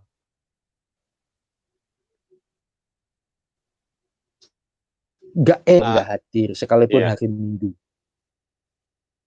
Betul? Ya, terputus-putus Pak. Terputus-putus Pak. Masalah tuh. Terputus-putus Pak. Ya. Oke. Ya. Baik, yang terakhir ya. Ada perasaan tidak enak kalau tidak. Ada perasaan tidak enak kalau tidak hadir diundang tetangga, apalagi diundang pejabat pas hari Minggu. Nggak enak kalau nggak hadir. Hadir Pak, nggak pusing dia tinggalkan ibadah. Tetapi dia tidak punya perasaan tidak enak ketika terlambat, ketika tidak hadir di gereja. Jangankan tidak hadir, tidak punya perasaan bersalah ketika terlambat. Apakah saya tidak pernah terlambat? Pernah, tapi rasanya itu nggak enak sekali. Apakah saya sempurna? Tidak. Jadi intinya seperti itu. Setuju ya Bapak Ibu ya. Jadi hal-hal semacam itu mendukakan Roh Kudus loh. Itu mendukakan Roh Kudus. Hal kecil lagi menurut dari saya. Apalagi gereja masih merintis. Diatur kursinya supaya diduduki di situ, atur ya, apalagi jemaat belum banyak. Datang terlambat, bukan duduk di kursi kosong yang ada di bangku kedua ketiga, dia ambil kursi, tarik ke belakang, duduk di nempel tembok, semuanya di belakang. Itu kalau kapal tuh jongklang gitu. Itu hal-hal sepele loh. Nggak menghargai loh. Itu hal sepele pertama. Anda tidak serius cari Tuhan. Tapi coba kalau datang ya 1 jam sebelum terbang. Mau terbang kemana? Ada nggak yang berani terlambat ketika Anda mau pergi naik pesawat? Anda lebih menghargai diri Anda sendiri daripada Tuhan. Itu susah loh jadi gembala. Ngomong yang benar pada tersinggung. Itu. Betul nggak? Jangankan terbang. Betul. Bayangkan kalau ada bupati. Datang ya 3 jam sebelumnya karena Anda akan dikasih 10 juta. Biar sakit, biar corona, dia pasti menipu bahwa dia sehat demi 10 juta itu. Apalagi 50 juta. Untuk keselamatan terlambat seenaknya sendiri, ditegur, tersinggung. Sudah ada kursi diatur oleh kostor yang tidak dibayar. Dia anggap sebagai pelayanan, dia ngepel, dia siapkan sound system segala macam. Anda datang, tarik kursi di belakang, duduk, setelah itu tidur, setelah itu main HP, memang kurang ajar sekali. Tapi kalau ditegur tidak mau. Setelah itu pendetanya di ngomong kalau khotbah, Mbok ya jangan begitu. Memang haleluya. Saya rasa cukup, mari kita bertobat berjemaah. Saya tidak marah ya. Saya hanya murka saja ini kepada orang-orang yang mendukakan Roh Kudus dalam hal ini. Jangan yang jauh-jauh ya. Kalau ada orang jatuh itu, wah digunjingkan, Anda sedang mendukakan Roh Kudus. Doakan, dukung dia. Dalam arti bukan dukung dosanya, suruh kembali kepada Tuhan dengan pengajaran dan kasih. Wabillahi taufiq wal hidayah. Wassalamualaikum. Ya, luar biasa sekali, luar biasa. Terima kasih. Orang. Ya, silakan. Barusan terputus-putus, Pak. Cukup, Pak. Ya, terima kasih, Pak. Ya, lanjut ke Pak Santandri. Silakan. Ya, shalom. Terima kasih Pak Murid Kristus. Oke, ya. Jadi faktor Roh Kudus ini sangat penting dalam hidup setiap kita. Ya, makanya kalau orang mengatakan saya mualaf, ya. Nah, itu salah satu persoalan yang terjadi adalah sebenarnya dia mendukakan Roh Kudus. Dia mendukakan Roh Kudus, ya akhirnya dia tinggalkan. Ya, orang yang mendukakan Roh Kudus kecenderungan kecewa, kepahitan, nggak bisa terima ketika ditegur dan sebagainya, ya kan? Nah itu tanda-tandanya. Maka jangan heran, ya. Saya seringkali dengar, jadi mualaf. Boleh saya katakan sebenarnya dia tidak pernah punya pengalaman pribadi dengan Roh Kudus. Ya, jadi makanya kok seenak jidat bisa tinggalkan, ya. Nah, itu perbedaannya. Seperti tadi Pak MVP Raja Wali katakan, ya, waktu statement saya pertama dia bilang, oh iya memang nggak bakalan saya gadaikan ya Yesus dengan masa jabatan yang ditawarkan. Ya memang begitu. Ya kita di dalam Tuhan Yesus kita ada sukacita damai sejahtera. Itu semua di bawah kontrol oleh Roh Kudus, ya. Dan juga banyak sekali yang pokoknya yang judulnya mualaf gitu loh. Bahkan mengaku menjadi pendeta gitu ya. Nah, setelah beralih ke seberang ya sudah tentu Roh Kudus nggak ada. Ya semua intinya ya kebencian, kepahitan dan sebagainya. Nah, itu kalau hati kita sudah tidak dikuasai Roh Kudus, nah sudah tahu dong apa yang menguasai. Nah, maka jangan heran di Matius pasal 12 ayat 33 sampai 35. Nah, jadi setiap kita itu ya ketika belum terima Yesus, nah, di hati itu ada dikuasai iblis. Satu iblis. Waktu terima Yesus, iblisnya kabur, ya. Nah, tapi setelah itu, maka kita mesti isi hidup kita dengan kebenaran firman Tuhan, ya. Tapi kalau ketika hati kita kosong, ibarat rumah kosong, dia datang, kosong, ya. Kalau sebelumnya sendiri, dia akan ajak 7 temannya, ya, 7 iblis masuk dalam hati kita. Maka jangan heran, para mualaf mulutnya seperti apa itu, ya. Nah, itu sebenarnya indikasinya sederhana. Jadi kalau orang bisa beralih juga, ya artinya, mengaku saya pengikut Yesus, saya orang Kristen, maka saya hari-hari ini saya sangat alergi dengan istilah Kristen. Ya, sebenarnya Kristen itu artinya pengikut Kristus, ya. Cuma saat ini orang melangkah di depan gereja aja sudah merasa Kristen. Maka saya lebih cenderung pakai istilah pastikan Yesus ada di dalam hati kita. Yesus ada di dalam hati kita, bukan Yesusnya, ya. Karena Yesus gede ya, dia pasti lebih tinggi dari saya, nggak muat gitu loh ya. Nah, tapi sebenarnya ada peranan Roh Kudus. Jadi kita harus pastikan Roh Kudus tetap ada dalam hati setiap kita, ya. Dengan demikian, hal apapun yang kita perbuat, apapun yang kita lakukan, ketika kita berbuat kesalahan, itu pasti keras sekali gitu. Nah, ketika perasaan itu terjadi, ya kita mesti berjuang keras, ya minta ampun seperti yang Anda lakukan, ya. Ini juga yang saya lakukan di 1 Yohanes pasal 1 ayat 9. Jadi mesti mengaku. Di situ firman Tuhan mengatakan, jika engkau mengaku segala dosamu, maka aku adalah adil dan setia. Aku akan mengampuni segala dosamu dan menyucikan engkau dari segala kejahatan. Ya, ketika kita sudah mendukakkan Roh Kudus, sebenarnya itu kita sudah berbuat kejahatan. Jadi kita mesti disucikan kembali. Ya, kita disucikan kembali melalui bertobat, yaitu minta ampun, mengaku dosa, minta ampun. Itu saja Pak murid Kristus. Ya, terima kasih. Sebelum closing statement, waktu dan tempat saya persilakan Pak John Hidayat. Ya, Pak John Hidayat. Halo? Halo, Pak John Hidayat? Masih nyimak ya? Ya, baiklah. Oh ya, silakan. Silakan Pak John Hidayat. Aduh, macet lagi. Iya. Halo, salam Pak. Iya, silakan Pak, silakan Pak. Error terus ini mute-nya nggak pernah disentuh, nggak mau buka-buka Pak. Iya, baik, puji Tuhan. Naik pohon Pak, naik pohon Pak. Ikutin keretanya baru lewat Pak. Iya. Oke, ya, silakan. Baik, Tuhan. Saya pertama tadi mengaminkan apa yang disampaikan. Boleh ya ngutip punya Pak Heri tadi bahwa Hak cipta Pak, hak cipta Pak. Hak cipta. Oh iya Pak, nominalnya nanti saya dealkan Pak.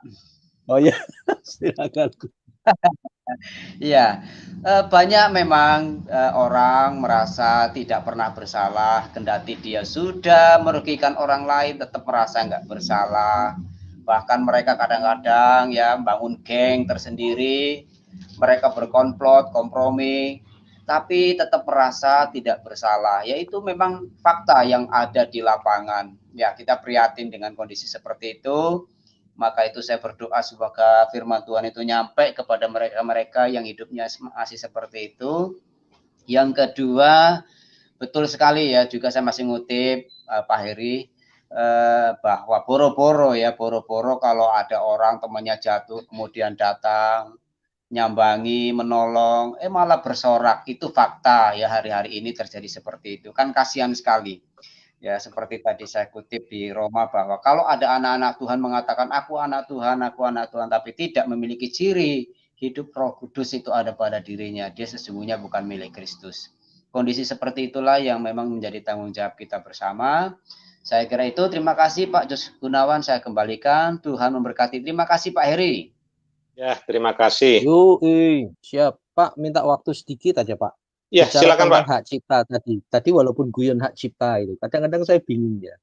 Pada suatu hari ada rekan ya, punya pengajaran gitu kan. Wah, pengajarannya luar biasa tentang roh lah, inilah. Dia hebat. Saya pun salut juga. Wah, ini bagus kalau dibukukan. Oh, belum Pak, belum saya bukukan. Dan ini saya mau daftarkan hak cipta dulu pengajaran ini. Dalam hatiku, lawang kamu juga nyontek dari Alkitab, kok kamu bikin hak cipta itu, gundulmu itu di mana gitu. Paham maksudnya ya Pak ya? Kita menyampaikan firman Tuhan kok kita klaim hak cipta. Kita cuma nyontek kok. Tugas hamba Tuhan itu eksegesis, yaitu mengeluarkan apa isi Alkitab, apa yang di dalam Alkitab diajarkan secara teks and konteks. Itu Ya, bukan betul, Pak. ciptaan kita. Itu loh, saya terheran-heran sampai terheri-heri dan terheru-heru. Loh, maksudmu apa gitu loh? Menemukan kebenaran itu Roh Kudus. Siapakah kita gitu? Ini untuk kita semua lah, ya. Demikian juga YouTuber segala macam. Ya, saya menghargai sih, saya tidak mengkritisi. Kalau saya sih ya, kalau channel saya diambil, dikutip, silahkan. Artinya Anda membantu saya menyebarkan message ilahi, pesan-pesan ilahi yang terkandung di dalamnya. Wah, di sana nanti lebih banyak ini. Saya malah bangga. Bersyukur kita dipromosikan. Contoh, saya bikin live bareng. Kan ciri khas saya ngajak-ngajak yang lain gitu ya, sedapat mungkin ngajak yang lain gitu. Jarang saya main sendiri gitu ya, ada sih, tapi saat ini lebih banyak ngajak bareng. Saya punya viewernya cuma 500, bahkan kemarin 3.000 viewer, seneng. Kanuru 26.000, waduh kaget saya. Apa yang terjadi? Apakah saya kesal? Tidak, saya seneng jadi berkat di sana. Kanuru, Pavel, Jaya Inspirasi rata-rata ribuan. Saya seneng gitu loh ya. Nah, saya sendiri nggak mencapai itu, ya nggak apa-apa. Wong kita corong di sana lebih banyak, begitu loh. Untuk apa klaim-klaiman? Tapi ingat ya, saya menghargai orang yang memakai hak cipta. Lalu kalau antar sesama itu, Mbok, ya jangan, nggak usah saling strike gitu loh. Diselesaikan loh. Kita sama-sama memberikan firman Tuhan kok klaim-klaiman. Padahal semua itu idenya dari Roh Kudus. Ya. Yes, Tetapi saya betul. nggak usah soal itu. Anda yang wes lah, karmu lah. Saya punya pandangan sendiri. Kecuali Media Channel, itu kurang ajar sekali itu orang itu. Sontoloyo benar itu. Ya. Paul Sang bilang kutu kupret. Ngutip-ngutip YouTube saya, di sana diputar-putar, dinarasikan. Saya dikatakan goreng-goreng segala macam. Lah itu baru itu. Nggak benar itu. Cuma apa yang saya lakukan? Ya, apa ya? Ya saya cuma positif, terima kasih. Saya dipromosikan di sana. Lihat channelnya dia ya dari dulu gitu-gitu aja. Ketika saya ngomong nggak usah cari popularitas lewat ini, dia ngomong untuk apa saya ngambil dari orang kafir, dia ngambil lagi tuh. Saya kafir menurut dia ngambil lagi video saya dipotong-potong. Dan malah menunjukkan kebodohannya itu. Ya, artinya saudara-saudaraku, terutama yang terkasih di dalam Tuhan, ayo kita saling membangun. So itu ASKRI, Asosiasi Kristofer Indonesia, satu iman, satu tujuan. saling membangun. Ya kalau Anda nggak senang diambil sana, ya bicarakan baik-baik. Tuhan memberkati, maju terus, jangan menduka. Termasuk gitu-gitu ya, bagian dari mendukakan Roh Kudus loh. Ya, bersukacita saja. Tuhan memberkati. Shalom. Ya, terima kasih. Waktulah yang membatasi. Pak Oh ya, silakan. Silakan. Potong sedikit. Iya. Wah, ya, ini silakan. Pak Jenderal ini nyindir saya nih Pak Jenderal. Ya kan, live begini, saya melihat viewer di Asan Tandri cuma seberapa, mungkin puluhan gitu, paling 50. Tapi di channel-channel lain ada ribuan ya. Saya perhatikan. Tapi ada satu sukacita bagi saya gitu loh. Harus doa puasa Pak ya. Ya, bukan fokus ke viewer gitu ya. Saya pikir contoh lah live pagi hari ini itu bisa dinikmati banyak orang, itu satu sukacita besar. Tapi jangan lupa ya, jangan lupa para rekan-rekan semua, tolong di live ya semua channel-channel yang live bareng 8 channel hari ini ya. Di antaranya Asan Tandri, ya kalau Heri Ikim sudah jelas, kemudian Jaya Inspirasi, Juginsu, biarin kalau aja. nggak salah ada.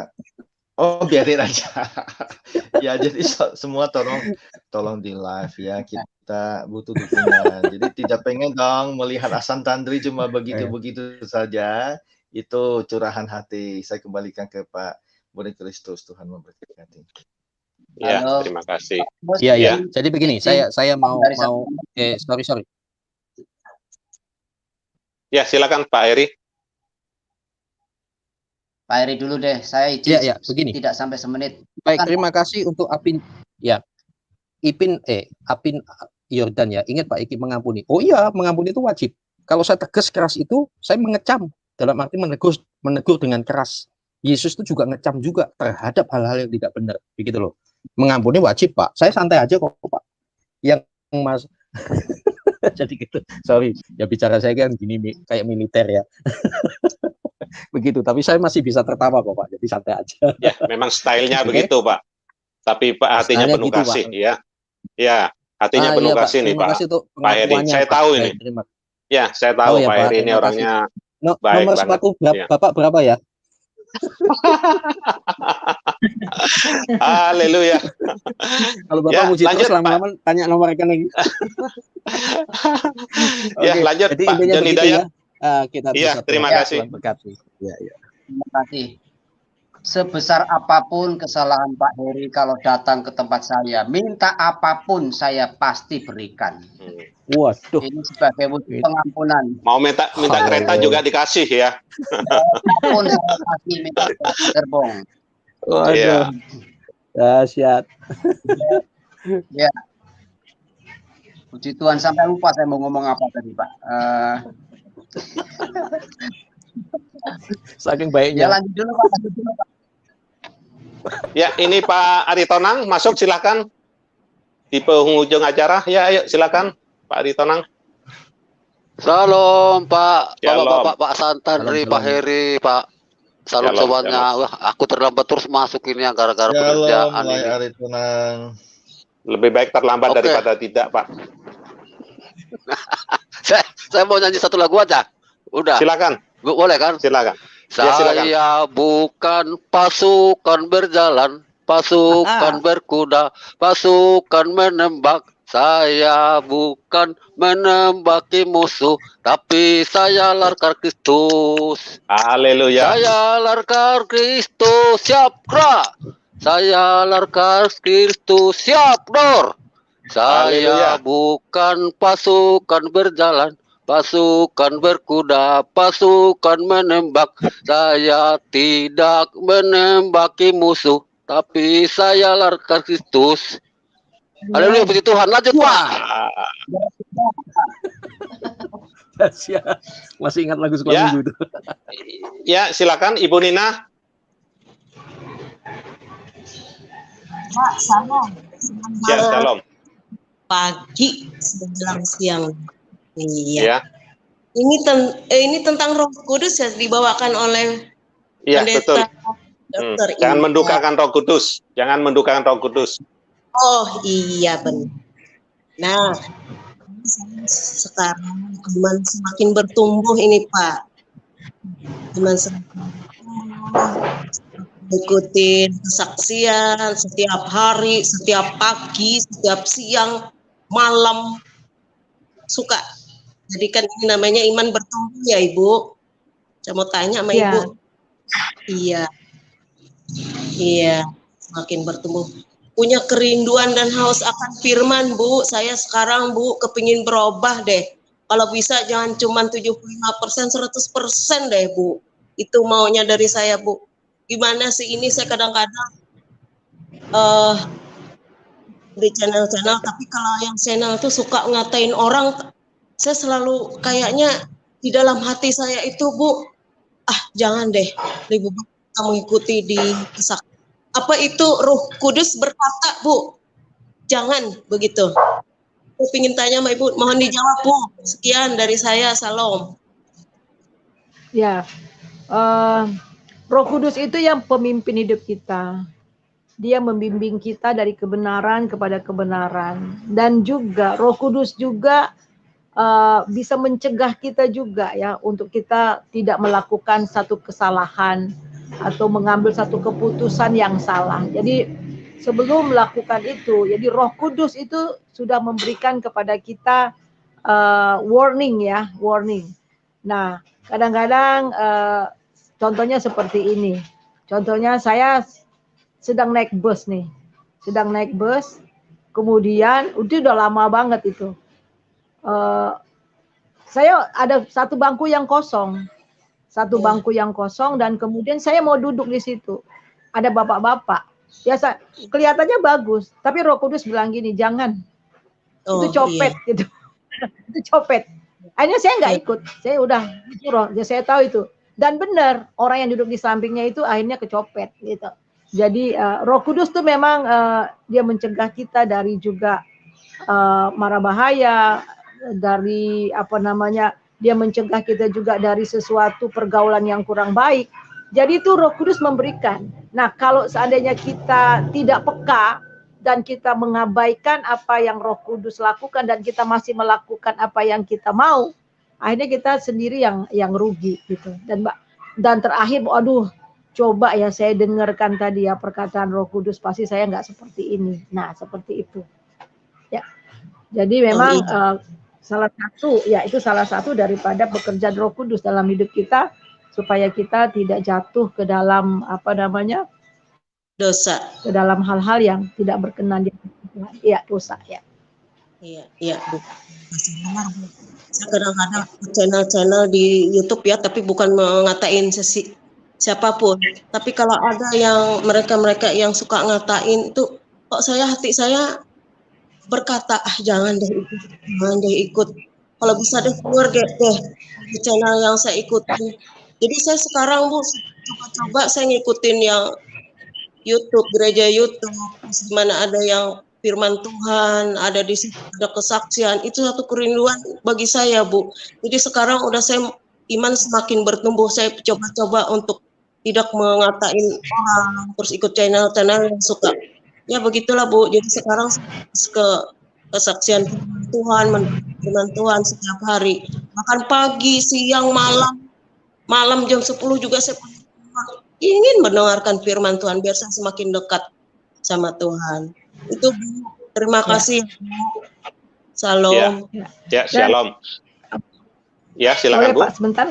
Ya, silakan. Ya, memang salah satu yang mendukacitakan Roh Kudus itu dari perkataan. Dari perkataan di sini di dalam ayat yang ke-29, janganlah ada perkataan kotor keluar dari mulutmu. Jadi bukan hanya perkataan kotor, perkataan yang juga menjelek-jelekan orang, ya, ngata-ngatain orang, fitnah dan sebagainya, semua dosa perkataan. Tetapi yang di sini dikatakan di dalam ayat yang ke-29 ini ya, tetapi pakailah perkataan yang baik untuk membangun di mana perlu supaya mereka yang mendengarnya, mereka yang mendengarnya beroleh kasih karunia. Jadi supaya lewat perkataan kita supaya orang yang mendengarnya itu memperoleh kasih karunia. Jadi lewat perkataan yang tidak memuliakan Tuhan itu memang mendukacitakan Roh Kudus. Tadi siapa Pak Tandri atau Pak Ikim ya yang mengatakan, Pak Heri yang mengatakan bahwa apa yang sedap didengar. Nah, itu ya. pikirkan semua itu. Salah satu apa yang sedap didengar itu lewat perkataan kita ya, lewat perkataan yang Filipi keluar 4 dari ayat mulut kita. 8 itu. Ya, Filipi 4 ayat 8 ya, jadi jelas ya apa yang enak didengar. Jadi oleh sebab itu hati-hati di dalam memakai kata-kata. Dan saya percaya sebagai anak-anak Tuhan, ketika kita berkata-kata yang nggak pantas atau melukai orang dan menjelekkan orang, itu Roh Kudus langsung nggak enak di hati kita ya, langsung nggak ada damai gitu. Nah, masuk ibu mendengarnya nggak damai, itu artinya emang Roh Kudus berduka. Oh iya, Bu, saya merinding Bu, jadinya langsung merinding Bu. Saya kalau dengar Ibu, aduh Bu, benar Bu, saya minta ampun sama Tuhan, saya jangan potong dikit Bu. Aduh, saya nggak mau ngata-ngatain orang. Kadang kalau saya kasar apa saya langsung minta maaf loh Bu. Ini saya merinding Bu. Ya, Bu, makasih. Ya, sama-sama Bu. Ya, waktulah yang membatasi pertemuan kita. Kita sudah di penghujung acara. Sebelum kita masuk dalam doa syafaat dan doa penutup, saya persilakan Bu Suryani closing statement. Terima kasih. Ya, terima kasih Pak George dan semuanya. Ya, terima kasih. Nah, saudara, saya hanya bacakan 2 ayat saja sebagai closing statement closingnya, itu di dalam 2 Korintus pasal yang ketiga ayat 17 dan 18. Sebab Tuhan adalah roh, dan di mana ada roh Allah, di situ ada kemerdekaan. Dan kita semua mencerminkan kemuliaan Tuhan dengan muka yang tak terselubung. Dan karena kemuliaan itu datangnya dari Tuhan yang adalah roh, maka kita diubah menjadi serupa dengan gambarannya dalam kemuliaan yang semakin besar. Sadarlah bahwa kita ini adalah bait Allah. Tidak tahukah kamu, kata Paulus, tidak tahukah kamu, itu artinya mengingatkan apa yang kita tahu, bahwa kita ini adalah bait Allah. Dan di mana roh Allah tinggal dalam kita, di mana ada hadirat Tuhan tinggal dalam kita. Dan karena dia itu adalah roh ya yang ada dalam diri kita, dia juga yang akan memerdekakan kita ya dari segala masalah-masalah persoalan dalam hidup kita, selama kita betul-betul taat dan mengikuti apa yang dia katakan. Dan kemudian Roh Kudus itulah juga yang akan membentuk kita. Jadi setelah kita diselamatkan, yang bekerja di dalam hidup kita, yang membentuk kita sampai kita menjadi serupa dengan dia, itu adalah Roh Kudus. Sehingga di sini dikatakan, dan kita semua mencerminkan kemuliaan Tuhan dengan muka yang tak terselubung, karena kemuliaan itu datang dari Tuhan yang adalah roh, maka kita diubah menjadi serupa dengan gambarannya dalam kemuliaan. Jadi Roh Kudus itulah yang mengubah kita dari waktu ke waktu, sehingga kita dibawa daripada kemuliaan kepada kemuliaan yang semakin besar. Itu saja, Tuhan Yesus memberkati kita semuanya, tetap semangat dan biarkan roh Tuhan menyala-nyala dalam kehidupan kita. Amin. Amin. Ya, terima kasih. Aduh, ini Ibu Cynthia ini nyusul ya. Ya, silakan Bu Cynthia, saya kasih waktu sebentar. Oh, sorry. Ya. Ya, silakan. Oke. Emang Roh Kudus yang membimbing kita nggak boleh dukakan. Karena di sini dibilang di Lukas 12. For the Holy Spirit will teach you that very hour what you are going to say. So karena Roh Kudus di dalam kita ya, kita nggak boleh mendukakan. Itu saja. Terima kasih. Sorry telat. Ya, nggak apa-apa, Bu. Ya, baiklah, kita masuk dalam sesi doa syafaat untuk bangsa dan negara. Pak John bisa ya, Pak John? Halo? Bangsa dan negara, Pak John? Halo, Pak John? Halo, Pak John? Bangsa dan negara, Pak John? Halo? Oh, nggak nyimak ya. Atau Pak Aritonang bisa? Ya, halo. Oh ya. Bangsa dan negara, Pak John. Kemudian Ya. Gereja dan Kristober, Pak MVP bisa? Ya, Ya, kemudian dilanjut oleh Askri, Pak Hasan, boleh? Pak Aritonang aja, Pak Aritonang. Oh ya, Kan Askri, Pak Aritonang. Halo? Halo? Oh, nggak nyimak, Pak. Ya, Pak Hasan gimana? Oke, ya siap. Ya, Askri, Pak Hasan. Kemudian doa Bapak kami dan doa penutup Ibu Suryani. Ya, mari silakan. Ya. Baik.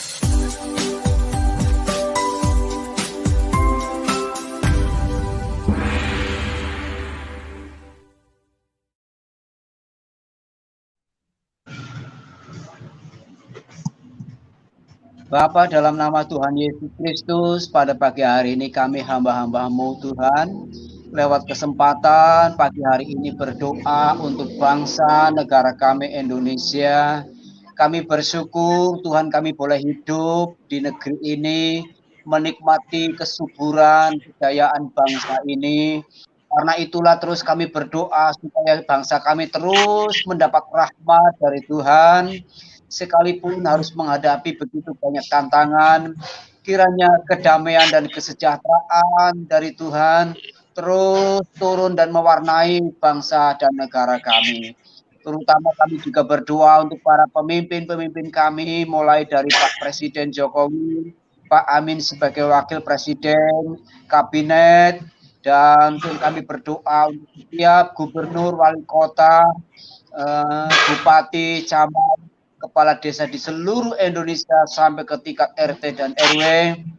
Kami doakan para pemimpin kami ini Tuhan, supaya terus Tuhan beri hikmat, Tuhan berikan marifat dan kesehatan, agar para pemimpin kami selalu bisa menemukan solusi terbaik bagi kesejahteraan rakyat Indonesia, sekalipun sedang menghadapi ujian berat di hari-hari ini.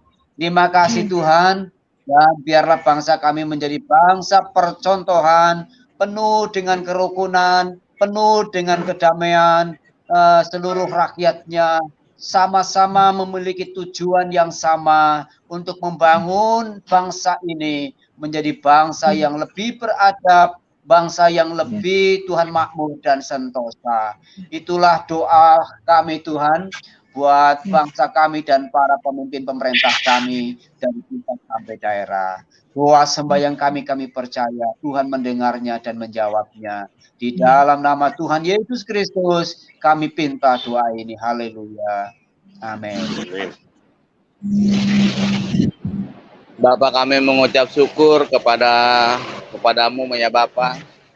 Engkau masih memberikan kami kekuatan, masih memberikan kami kesatuan Tuhan, dan biarlah Tuhan Engkau terus mengikat kami Tuhan sebagai umat-Mu Tuhan. Ikatlah kami dengan kuasa kasih-Mu ya Bapa. Ikatlah kami dengan kuasa Rohul Kudus-Mu ya Tuhan, dan ikatlah terus kami Tuhan dalam kebenaran firman-Mu ya Bapa. Bapa, saat ini Tuhan kami menyerahkan gereja-gereja-Mu ya Tuhan yang ada di muka bumi ini Tuhan. Terlebih khusus gereja-gereja yang berada di negara kami ini Tuhan, di negara Indonesia ini Tuhan. Kiranya Tuhan Engkau melihatnya Tuhan, Engkau menatapnya Tuhan, dan Engkau mengurapinya Tuhan. Sehingga gereja-gereja yang ada di negara kami ini Tuhan akan memancarkan cahaya kemuliaan-Mu ya Bapa, dan semakin banyak jiwa-jiwa yang Kau selamatkan Tuhan, dan makin banyak Tuhan jiwa-jiwa yang datang kepada gereja-Mu ya Bapa untuk menyembah dan memuji-Mu ya Tuhan. Tuhan, kami juga membawa Tuhan, satukanlah kami dalam tubuh-Mu Tuhan, satukanlah kami sebagai murid-murid-Mu Tuhan, dan jadikanlah kami satu tubuh dalam tubuh Kristus Tuhan, yang penuh dengan penghikmatan Tuhan, yang penuh dengan pewahyuan Tuhan, sehingga Tuhan apa yang kami kerjakan Tuhan menjadi kesatuan bagi kemuliaan nama-Mu ya Tuhan.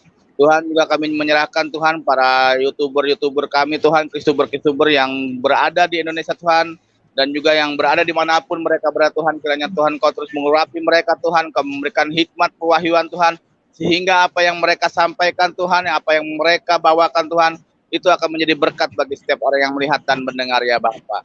Terima kasih Tuhan, terima kasih Kau urapi kami sebagai hamba-hamba-Mu yang menjadi Kristuber ataupun menjadi pembawa berita-Mu Tuhan. Kiranya Kau terus mengurapi kami Tuhan, sehingga kami bisa membawa terus amanat-Mu Tuhan, sehingga kemuliaan nama-Mu dapat terwujud di bumi ini, di negara kami ini ya Tuhan. Terima kasih Tuhan, terus Engkau satukan kami ke dalam tubuh-Mu ya Tuhan. Engkau ikat kami terus dengan kuasa kasih-Mu Tuhan. Di dalam nama Tuhan Yesus kami menyerahkan pelayanan kami dan pelayanan kami, baik pelayanan secara langsung face to face maupun lewat media sosial Tuhan. Terima kasih Tuhan, di dalam nama Tuhan Yesus kami telah datang dan bersyukur. Haleluya. Amin.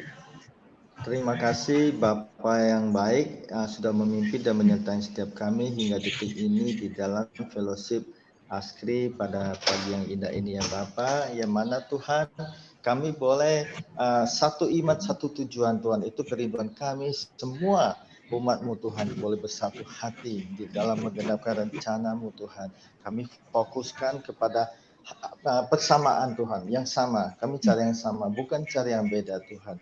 Bukakanlah setiap hati kami Tuhan, para biarlah sungguh kami boleh berkontribusi positif buat pertumbuhan iman seluruh umat-Mu di Indonesia, dan juga untuk membuat dampak buat negara kami dan juga buat masyarakat ya Bapak. Biarlah melalui Askri ini Bapak, kebenaran firman-Mu boleh semakin diberitakan Bapak, dan banyak jiwa-jiwa yang belum kenal Engkau, mereka boleh datang ke hadapan Engkau, bertekuk lutut dan mengaku Engkau Yesus Tuhan.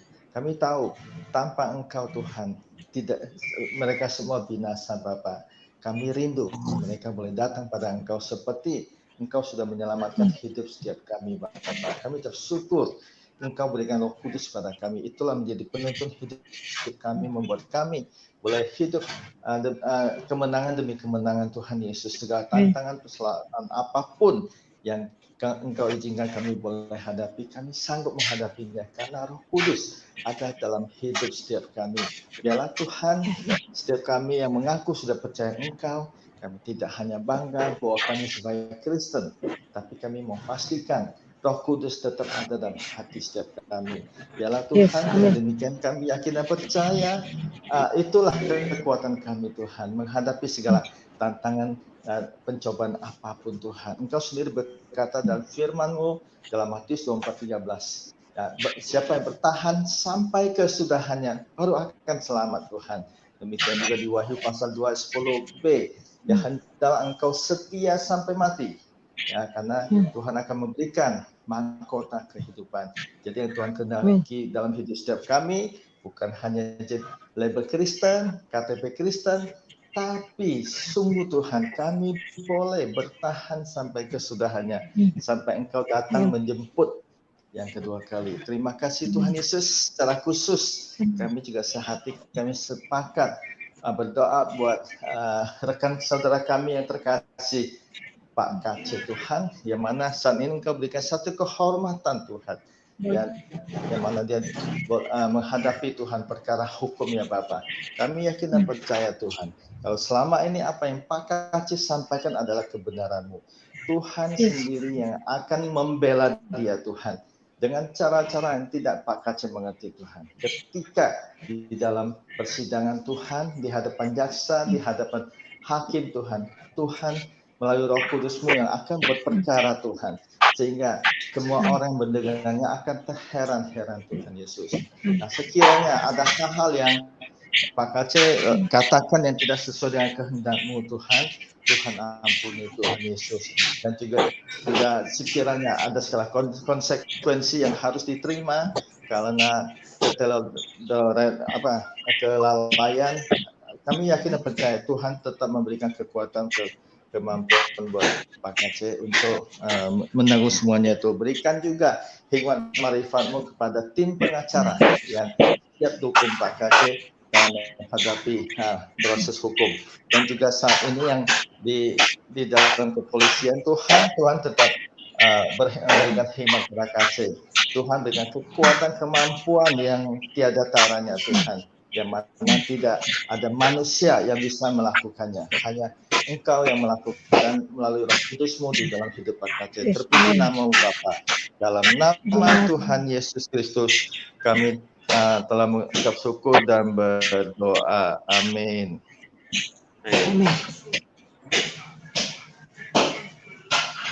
Kita mau berdoa. Bapa, kami mau mengucap syukur Tuhan untuk kebaikan Tuhan yang sangat luar biasa, untuk acara Askri ini Tuhan. Biarlah kebenaran firman Tuhan yang telah kami dengar itu sungguh-sungguh tertanam dalam setiap hati kami masing-masing. sehingga kami boleh bertumbuh dan kami biarlah dipenuhi oleh Roh Kudus dan Roh Kudus menjadi pemimpin kami, sehingga hidup kami akan diubah dari waktu ke waktu dan kami boleh menjadi serupa dengan Kristus. Terima kasih Bapa, di dalam nama Yesus kami berdoa. Haleluya. Amin. Mari kita tutup doa ini dengan beralaskan doa Bapa kami. Mari kita doa Bapa kami bersama-sama. Bapa kami yang ada di sorga, dikuduskanlah namamu. Datanglah kerajaanmu, jadilah kehendak-mu di bumi seperti di surga. Berikanlah kami pada hari ini makanan kami yang secukupnya. Dan ampunilah kesalahan kami, seperti kami juga mengampuni orang yang bersalah kepada kami. Dan janganlah membawa kami ke dalam pencobaan, tetapi lepaskanlah kami daripada yang jahat. Karena Engkaulah yang mempunyai kerajaan dan kuasa dan kemuliaan sampai selama-lamanya. Amin. Amin. Amin.